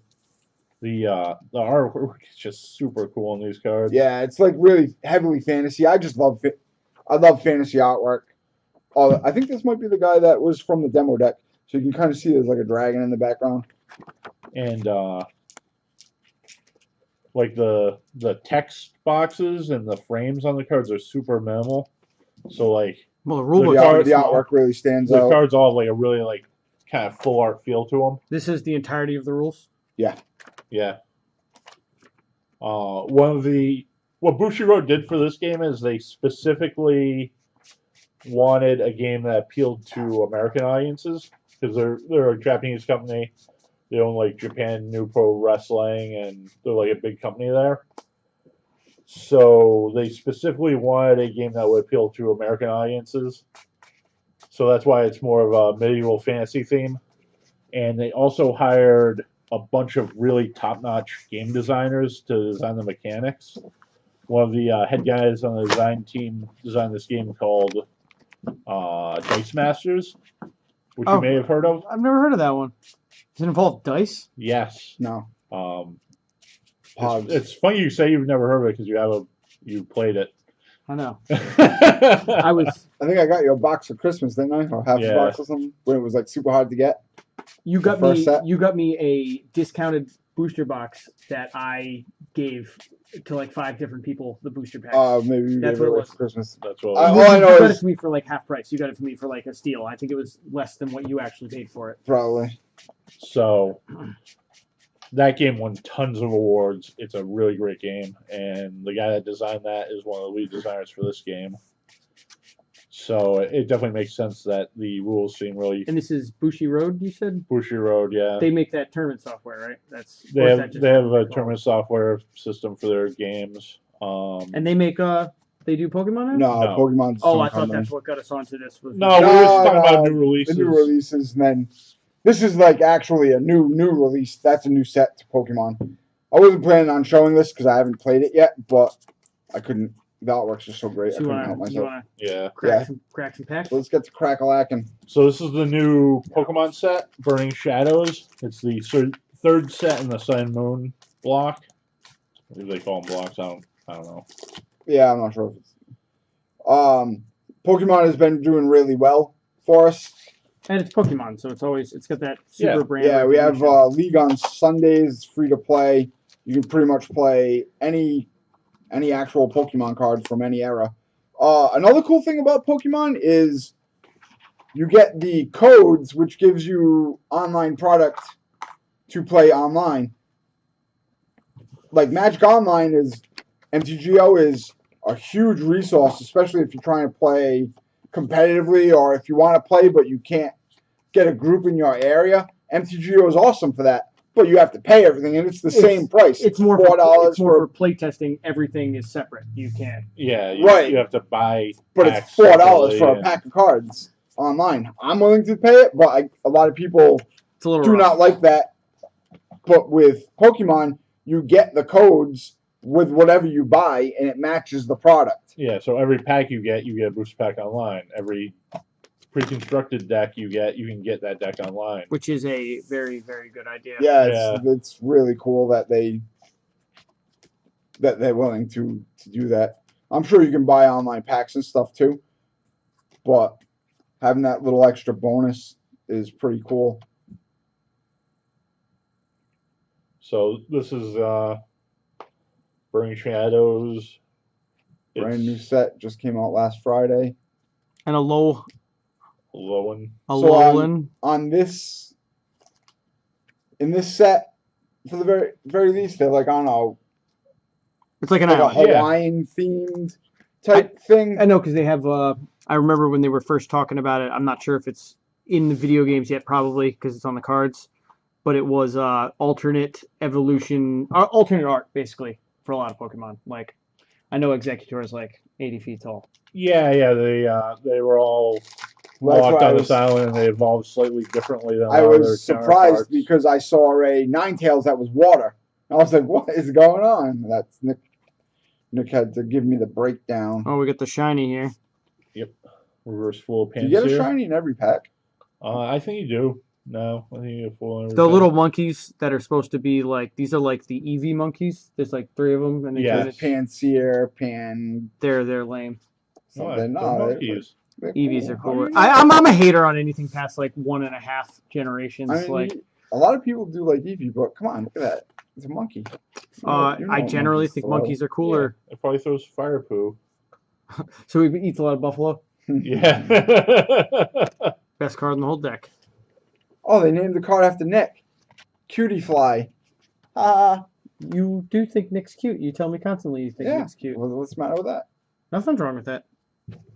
But he looked at you like you were trying to insult him, and then you weren't. Well, that's the trick, isn't it? That's the because trick. he's a savage. I'll tell you who's a savage. Is the matriarch of Highgarden. She's a savage. You see that one yet? How far are you back on the episodes? We just haven't seen The newest the one. from So you the saw at the end, outside. she's like, I'll just have one drink. I promise to be nice. Total savage. We could just make this into a Game of Thrones spoiler show. Oh man, that would be probably not good. Yeah. We'd have no viewers. That's a good way to have an angry mob with torches and This guy's name is outside. Cowie. Isn't that like Korean pop? Who knows? My daughter calls me a Gen 1er because I always tell her the first gen of Pokemon. Well, you tell her the truth. No. Oh, that's Two is No. okay. There are some They're- things. They've come out with some really cool Pokemon. So this is the thing: is that it's just a reverse of the portion of good, viable Pokemon, cool Pokemon, and completely useless as far as not being cool or useful. And in Gen 1, it was like 75% were cool or useful, and there was very few that were duds. And then Gen 2, it was like a little less. And then like Gen 3, it was just boom. And it's like now you're lucky if you get 10 Pokemon out of a set that are memorable, that anybody even knows what are. No because, way. Yeah, they're all That's crap. Crazy. No way. There's been a lot of really cool Pokemon that they've Yeah, come all- out with. There has. Like, The all. darkness ones, the Yeah, metal ones. Darkrai is wicked cool. Yeah, Darkrai's awesome.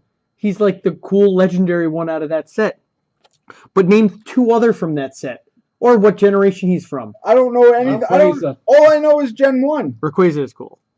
Yeah, because I don't Gen 1's the even only know. one worth knowing. I don't even know. No, because like I used to Gen sell 1. Pokemon cards at the That's flea Palkia. market when it was in like its heyday. When it first came out, you could not get them. Like the, Yeah, I know. I used to order them straight from Japan. The B&B's, which was it's now sells lamps next Yeah. door, but then the I'm card sure shop there's near a me. bunch of lame Gen 1 Pokemon. Is Trubbish a Gen 1 Pokemon? No. No, it's Gen 2. I don't know, man. Like, Dodrio is though, and Diglett. Yeah. Those are what cool. about Vanillish?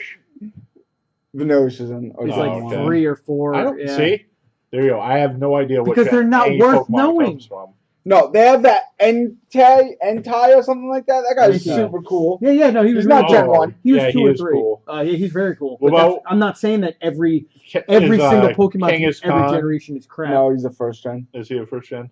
I don't know, man. Like, this Sun Moon has the All right, if you want to Palossand. say like, I'm just saying the odds if you want get to pick worse and something worse. where You go. Gen 1 is like clearly superior, we have Star Wars Pokemon? and Transformers. Yeah. G1 No, Transformers. because- G1 Transformers are way better No, than every Beast other Wars was generation. the best. Oh my the God. best- No. All right. Okay, Brandon Wheeler. All right. Beast have you- Wars Oh is my by God, I'm far so the best. disappointed. Oh, Here's- We've had this discussion on the oh show my before. God. Here's the I thing. no. When Beast Wars aired on TV, I did watch it a little bit. It was almost watchable. It was awesome. Now, Is that the one with the computer graphics? yes. Yeah, Oh with my they're all God, dinosaurs. it was Now, terrible. Here's the thing. It was I can go awesome. back and watch Gen 1 Transformers any day of the week and enjoy it, and it's great. You go back and try and watch Beast Wars, Billy! and I just like think it the was awesome. animation I- is just complete There garbo. was no stupid kids And it's being just involved in lame. the Transformer story. It was There's just no stupid robot. kids in G1. Yeah, Was there not? it Dude, was. Spike? Pretty sure. Spike wasn't lame. I'm pretty. A child in a robot war is lame. Period. No. Period. You're- Exclamation you're on point. crack. Spike was awesome. Stamp it. Double stamp. And what about the movie had Daniel? The G1 was Right. so good that you can excuse the. The fact that stupid kids are kids. included, period, is one of my biggest gripes. What are you gonna do when you're taken over by evil aliens? Yeah, you need. What are we gonna You not need- have kids? No, just it's this point. It's like You know what? That makes no sense. He was in there to be the audience's point of view. Yeah. He was the human perspective in the war it between turns the it into Inspector Autobots Gadget. and this. No. No. Yes, way. that's what it does. Not That's even close. exactly what He's it not turns even it in into. all the episodes. But Spike He was should be there in to any give of the them. audience a Plus, perspective. was there somebody into the based on a story. rhino or a raptor? No, that's why. What do you mean? Beast They had Wars the was best. Dinobots. Yeah. Yeah, that's Beast Wars is. That's why. No. it was No, awesome. Dinobots is G1, Holmes. Yeah. In What? G1, they had the Dinobots, which are the coolest Transformers ever. I'm gonna have to go back. I and cried look at the this. death of Optimus. Yeah. I was not ready for that. I saw The it only in the thing that- theaters. The only It thing in was- Beast Wars No, I that haven't- people cried about was how bad the animation was. Well, especially because it was really early computer. When you go back and now, it's rough. But like Reboot's still one of the best shows I've ever seen, and it looks Like- horrible, but it's still awesome. Yeah, but the animated movie for Star Wars, I mean, Transformers still holds up. Like, yeah, that's quality. It's one of the best movies ever made. The Transformers animation the movie Have you seen the animation for I Transformers have. movie? is fantastic. It's great. It still stands up. anything before digital animation is crap. No way. No. You're smoking the cracker. Yeah, you are. Yeah, go fondle your rat trap. And let's talk Rat Trap about, was so cool. He let's talk turned to a about the car. soundtrack. Yeah. Weird Al Yankovic. Oh, I guess you don't like Weird Al now, No, right? I like Weird Al, but everybody makes mistakes. No. Wow. And I'm not saying I never said Sure to G1 be stupid. was particularly bad. I mean, it is, but I didn't say that. Gen 1 is. I'm just saying Beast Wars was the best. No.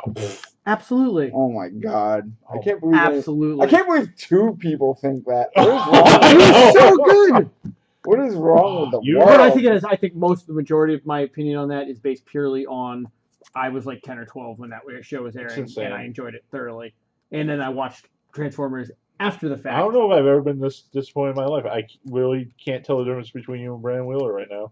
I think You've Star, just become the same person. I'm not a Weebo. Doesn't matter. I think Star Blazers was before digital, and that looks pretty good.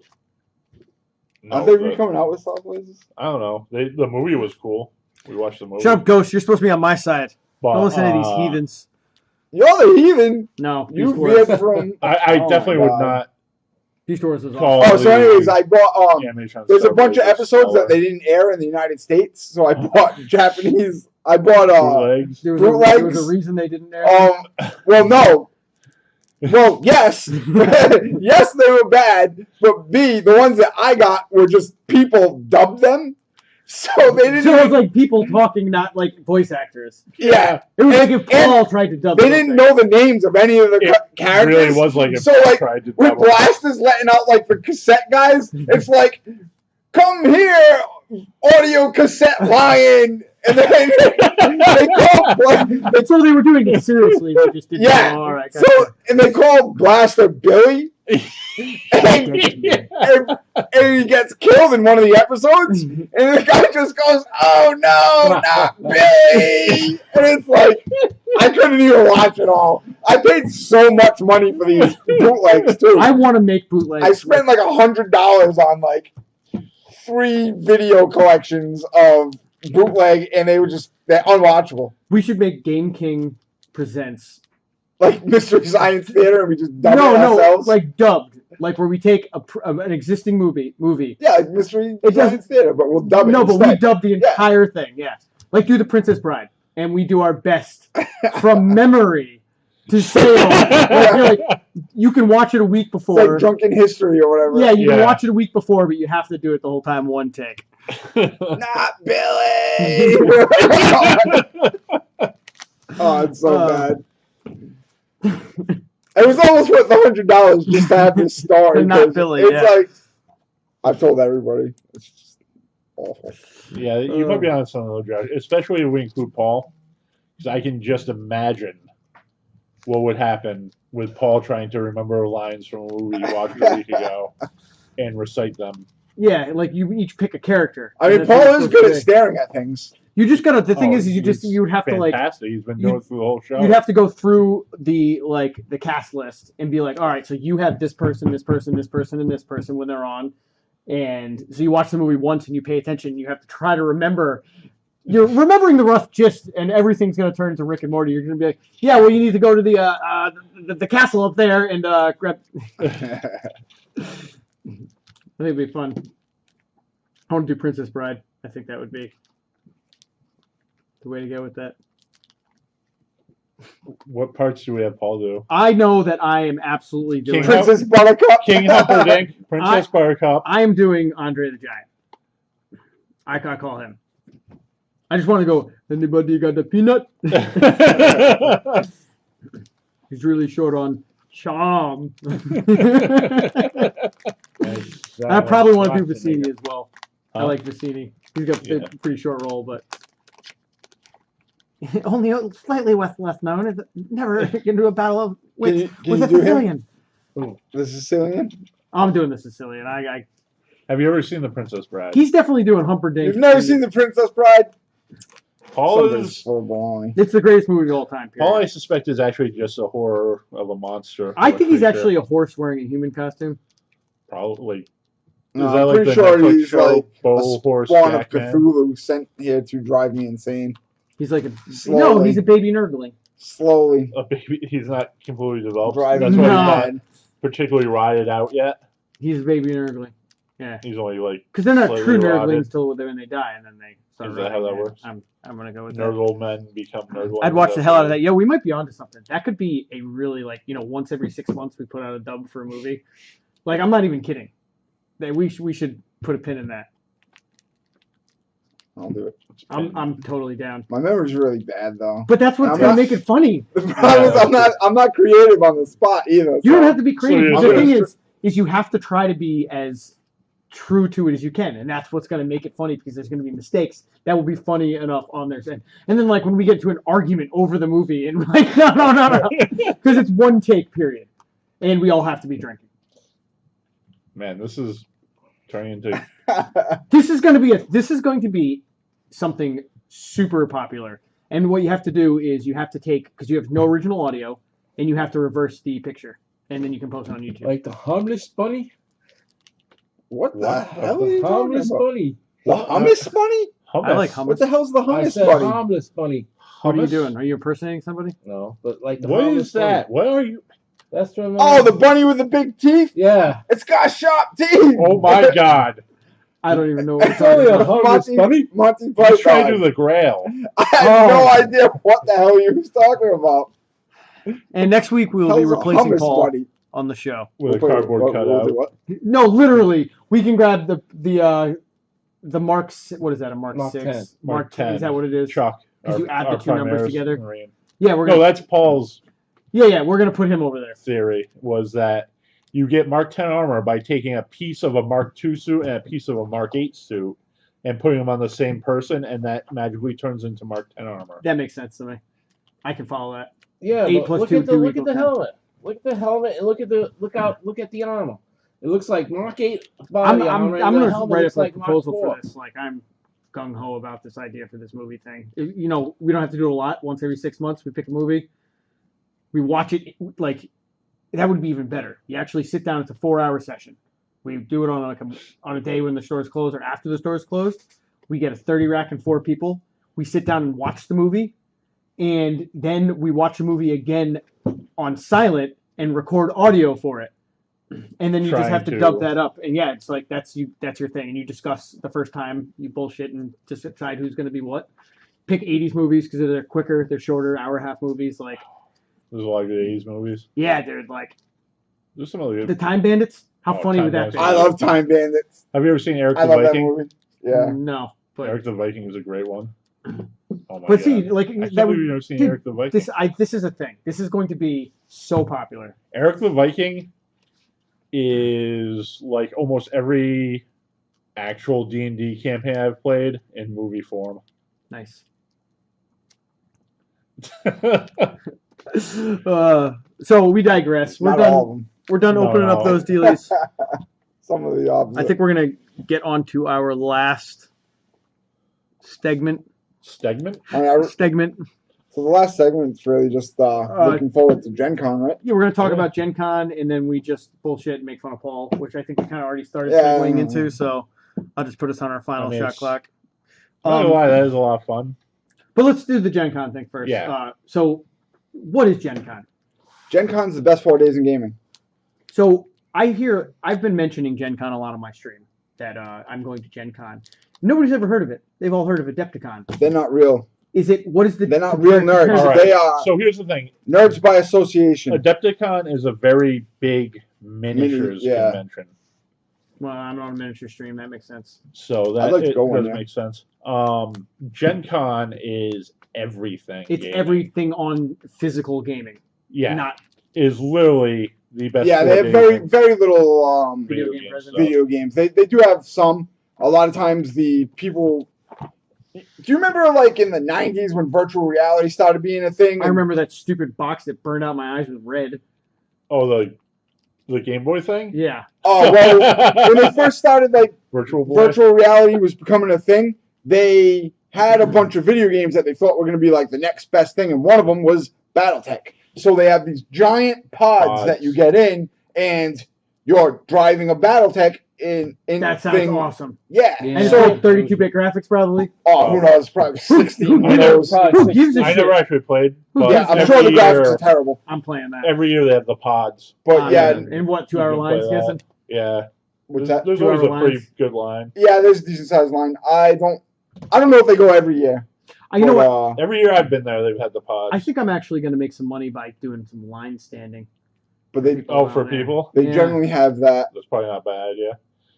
and then sometimes they'll have like a room set up with with video games. Yeah, But it's not like stuff in TempleCon arcade. where TempleCon they have the arcade. retro retro. arcade. You can just go in for free. That was the coolest thing about TempleCon. I to me. specifically because that girl that was there, it was Xena one year. Her boyfriend runs the thing. He's one of the partners, I guess, and he apparently the arcade is like his pet project, like it's his baby. And when I was like, this is really cool.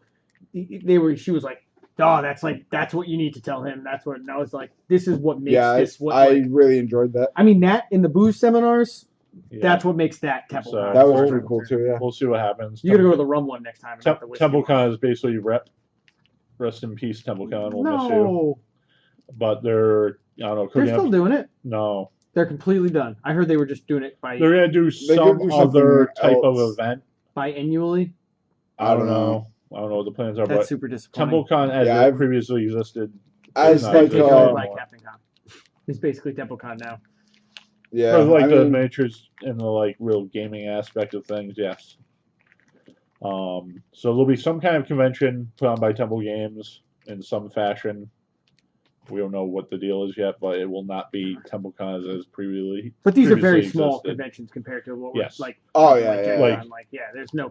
Gen Con, I believe, overflowed the convention center and is now taking over the stadium, the football stadium. The biggest conventions that I've been to was probably the last RI Comic Con we went to. Even some of the vape ones I went to weren't as big as that. That was the convention hall and the rink, or the dunk. Is that what it's called now? The Civic Center, because I'm old. Yeah, how is it compared to that one, size-wise? Larger. Yeah. Give me a factor. Like Gen Con, they take the convention center, and it's pretty much the whole bottom floor of the convention center. It's like the whole convention center. Every room. And then they've started branching out into like. Having never been to that convention center, I have no frame of reference or size. Let's say how many of those, the Rhode Island Comic Cons, those two buildings, put down to a ball, how many of those are fitting inside of Gen Con? I would say that main room that we were in, that we vended, which is like the majority of that convention, is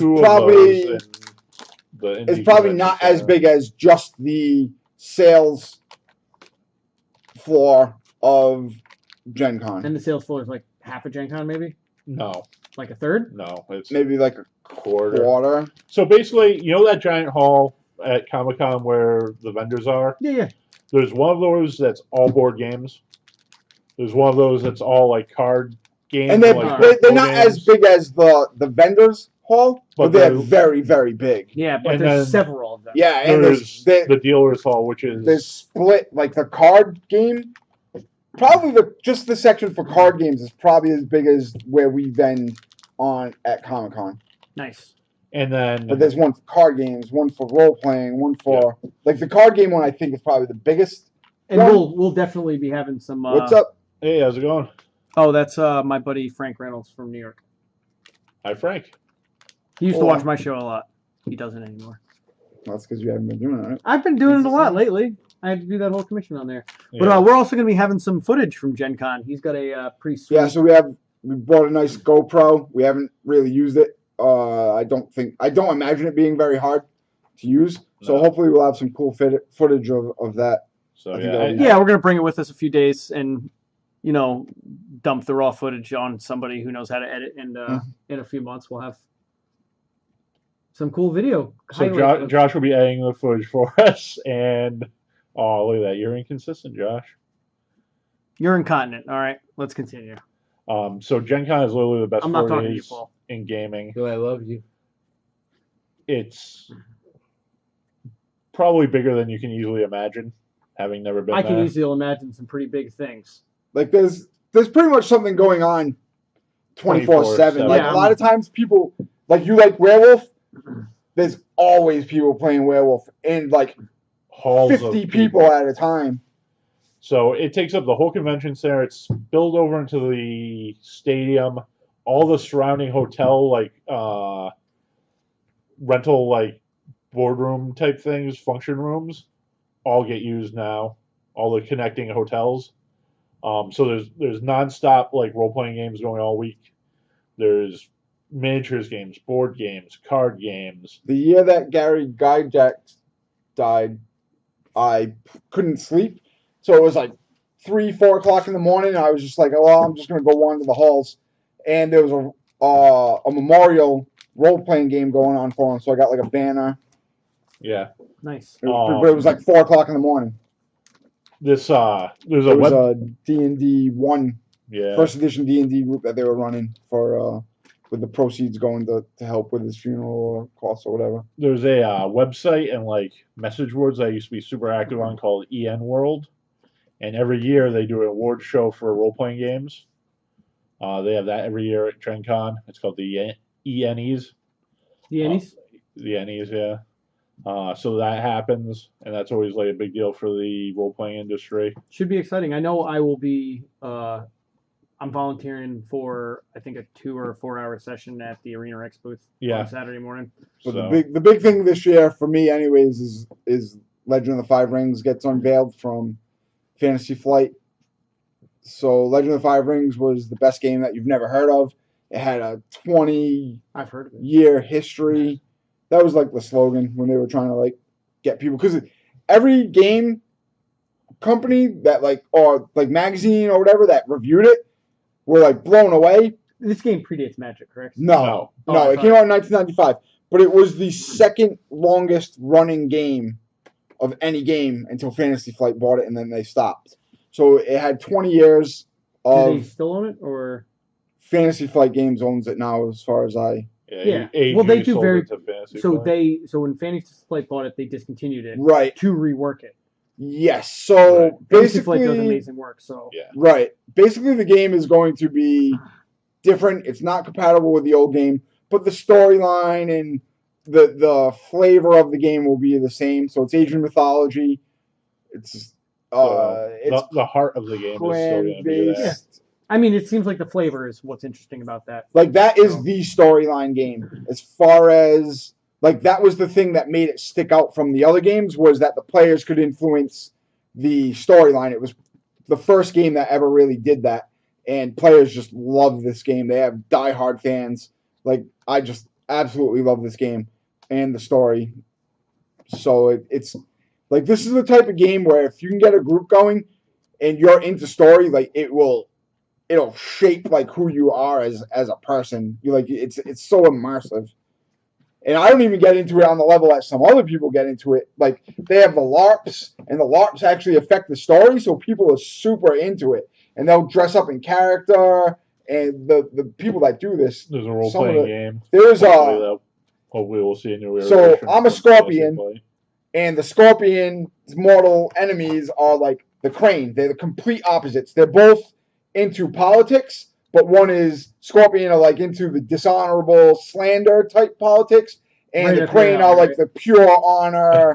Everything is got to be perfect, like tea ritual type, 2 shoes type thing. Book. But there was this one guy that had crane armor, and it was the best that I've in a history of people putting out like awesome costumes and cosplays and stuff. Assuming in person, the best you've ever seen, because some of the shit online that's like movie quality is a little. No, it was some of these. No, Josh, some of these people have like it was like movie quality stuff. I really wish it was really well done. There's this guy that dresses up like a crab, and he has like this big tatsubo, which is like a club, and it looks like it's top notch.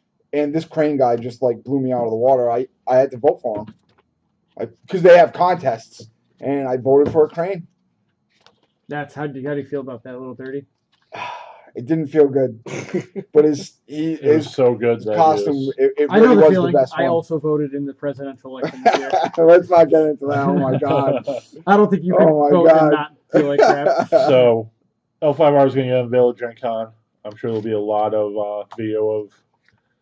It should be good. L5R fun. I'm hoping. I've had a lot of fun at Gen Con, and I've had more fun in the years where I went and had loose plans than when I was like mapping out every little thing that I wanted to do, because that's what I'm just winging it. If you miss something, I just realized we probably shouldn't have put those both on. So whoever's gonna get those is gonna be the first person to do that. Enjoy the. But yeah, I'm very excited. That's how like Greg the other person that's going with us. So it's me, Josh, and Greg are going to be driving up. That's how I met Greg, was through Legend of the Five Rings. All right, gotcha. I thought you meant like a random trick. No, that's how I met like a lot of the people that ended up becoming like my biggest circle of friends that I still talk to this day. The reason why I went to Legend to Gen Con was because I qualified for Worlds for Legend of the Five Rings. So I went to go play in that. So so it Gen all Con goes back to Legend of the Five Rings. So yeah, we're Gen definitely Con's gonna have awesome. some footage. We're gonna. I don't know. I've looked into it a little bit. I'm not sure if there is a way to. Also, they usually have this painting area where you can do paint and takes. Yep. It's very popular, so sometimes you have to wait like 20 minutes to get a seat. But they give you a really nice paintbrush Yeah. every year for like the last 3 years. They do a ton of awesome stuff at Gen Con. I was looking into seeing if there's a way to stream Twitch from a phone. I don't think it's easy. I know it's possible. I'm not sure. And like to be honest, definitely go live on the Facebook. feed, like the different stuff Wi-Fi is like that. probably going to be very bad. 'cause Spotty. we're Oh, in, with all like, those people too. Millions of. yeah. The dealers hall is always really cool. There's always tons of demos happening. Yeah. All All the companies are like showing off their game that they're going to Yep. come out. They'll release new stuff at Gen Con all the time. This year, we were talking about Starfinder earlier. They're actually launch Starfinder Society at Gen Con. Nice. So, like, the first opportunities to get into organized play and try the game out with probably top-notch DMs, running cool scenarios and stuff will be at Gen Con. Yeah, it should be good. So definitely expect. So next week, the show's still going to go regardless of whether or not we're here. So, well, I think we're going to leave probably on Tuesday. Yeah. All right, I thought we were because the convention is Thursday, Friday, Saturday, Sunday. We go an extra day because we're going for trade day, which is for like Tuesday game morning. on. So we'll leave on Tuesday. More than likely. the show will be normal, and then Or I mean, if we really wanted to, we could leave on Monday night or something. But either way, the show will be. And the next week, we get back on Sunday night, correct, or Monday night? We'll probably get here on Monday, somewhere. Because we'll leave somewhere early in the morning on Monday. Was the plan? It's 16. It's a 16-hour drive. So like first thing in the morning is. Well, if we leave on Monday, we won't get here till Tuesday. Yeah. Well, yeah, we'll be skipping the. So yeah, we might have to skip a week or Roman. If as long as Roman's here. I can try to get Roman. We can at least do a short show. I also want to propose a vote in the comments below when this is on YouTube for anybody that watches this. I think we should vote whether or not we should replace Paul with a cardboard cutout of the Space Marine. Yeah. And we'll actually honor that vote. So place your votes in the comments on below the on next YouTube. show. Is it going to be Paul or Chuck, the primary Space Marine? Yep. And I'll actually bring Chuck over. Yeah, I'm gonna just show you guys what the comparison is. That's ambitious. Now Chuck is a Mark 10 Space Marine because he has a Mark II helmet and Mark 8 armor. Mark 4 helmet, Mark 8 armor. Well, wouldn't that be a Mark 14? 12 or whatever? Are you on crack? Oh, 12, yeah. Read the what was white. Now I'm confused. So this brand new armor, the brand new armor that Belisarius Call created for the Primaris Marines, which are like these new, bigger, super enhanced clone Marines.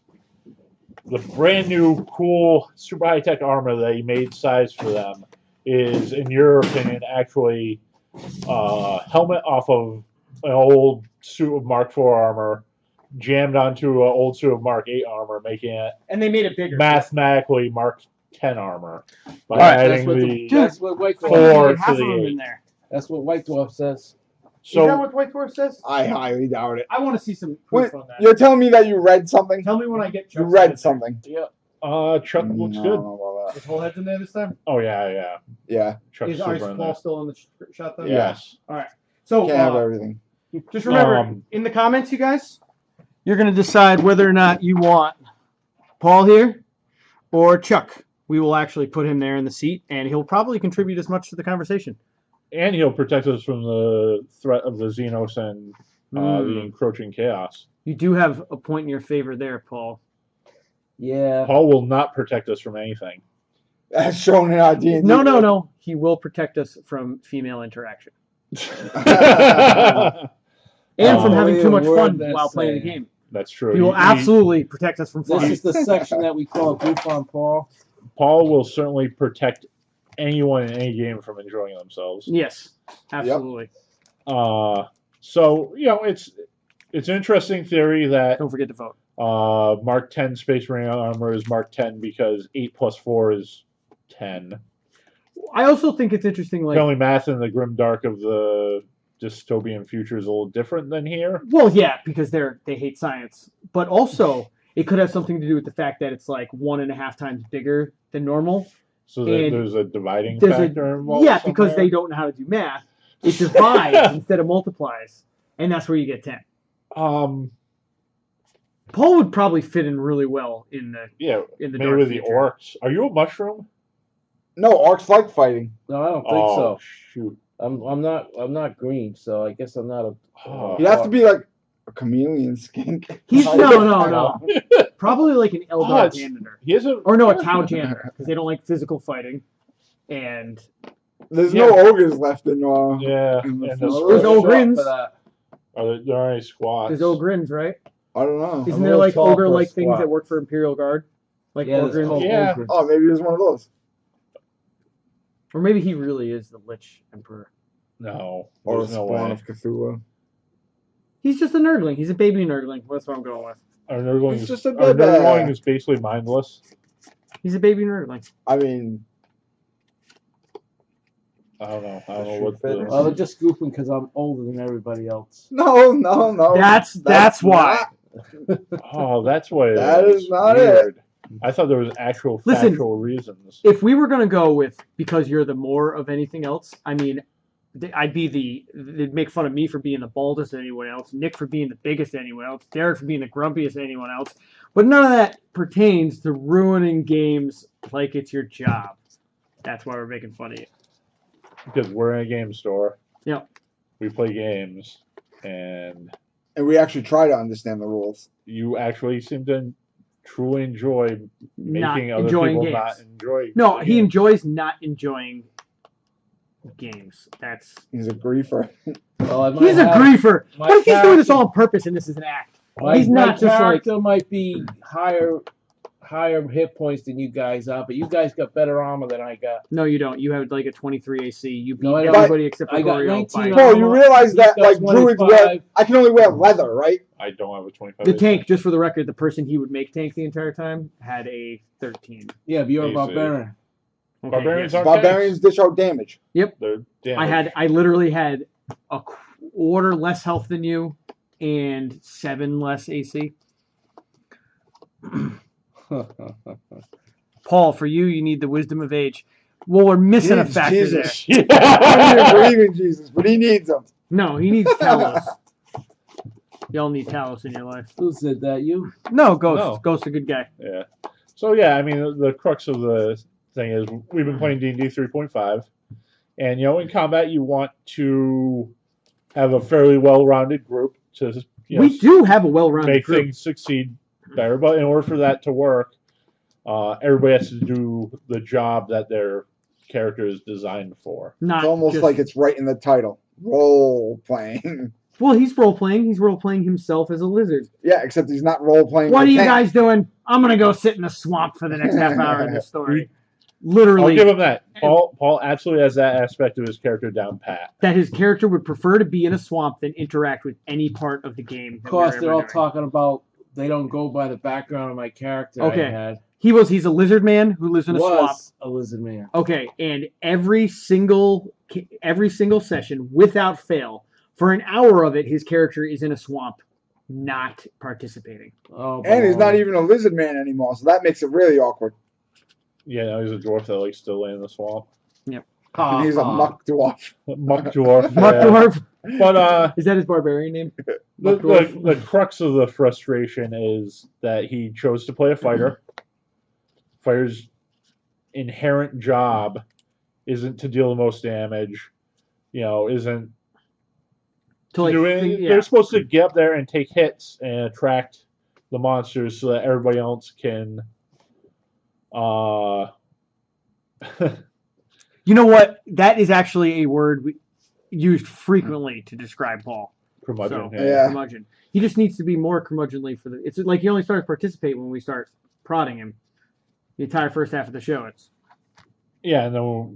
Well, why can't I can't talk about something I don't know too much about? It's Well, never stopped you before. Never stopped you before. You talk about Warhammer all the time. You were just talking about the Mark 10 armor. Yeah, and we also, when we guys started talking about that, I started talking about the False Emperor and all that stuff too. Well, I mean, despite our assertions that you're some kind of random homeless person that we forced to come in here once a week, you're actually here literally every single day, all day. You have nothing to do. You're essentially, you're basically retired. You get your income, and Geez, Rick, I don't think you're you allowed to don't use have that word anymore. You don't have like a 9-to-5 job or anything, and you like hang out in a game store. Like, you have nothing but free time. You could learn every single game. Like, you're in the ever. position we all want to be in. That's why we're hating on you. But you just won't do anything. Ever. I think I've been doing a half-decent job about teaching people about 40K and showing them how to paint and all that stuff. All right, so anyway, you guys just remember to vote in the comments below on the YouTube video when this is eventually up. Chuck. We're going to go with Chuck or Paul. One of them is not homeless. That's true. So that's I told you, Ghost is awesome. Well, let's put it this way. All right, we're all out of time, folks. When you get to my age, you got to worry about that these days. I'm going to cut off the video right there. That's going to be the absolute end of it. But I think we're good, right? Yeah. All right, you guys, thanks for coming, Ghost. We do this every Monday. Not a huge viewership yet, but you know the videos are getting watches, and we're just basically talking about upcoming stuff at the store. So hope to see you next time.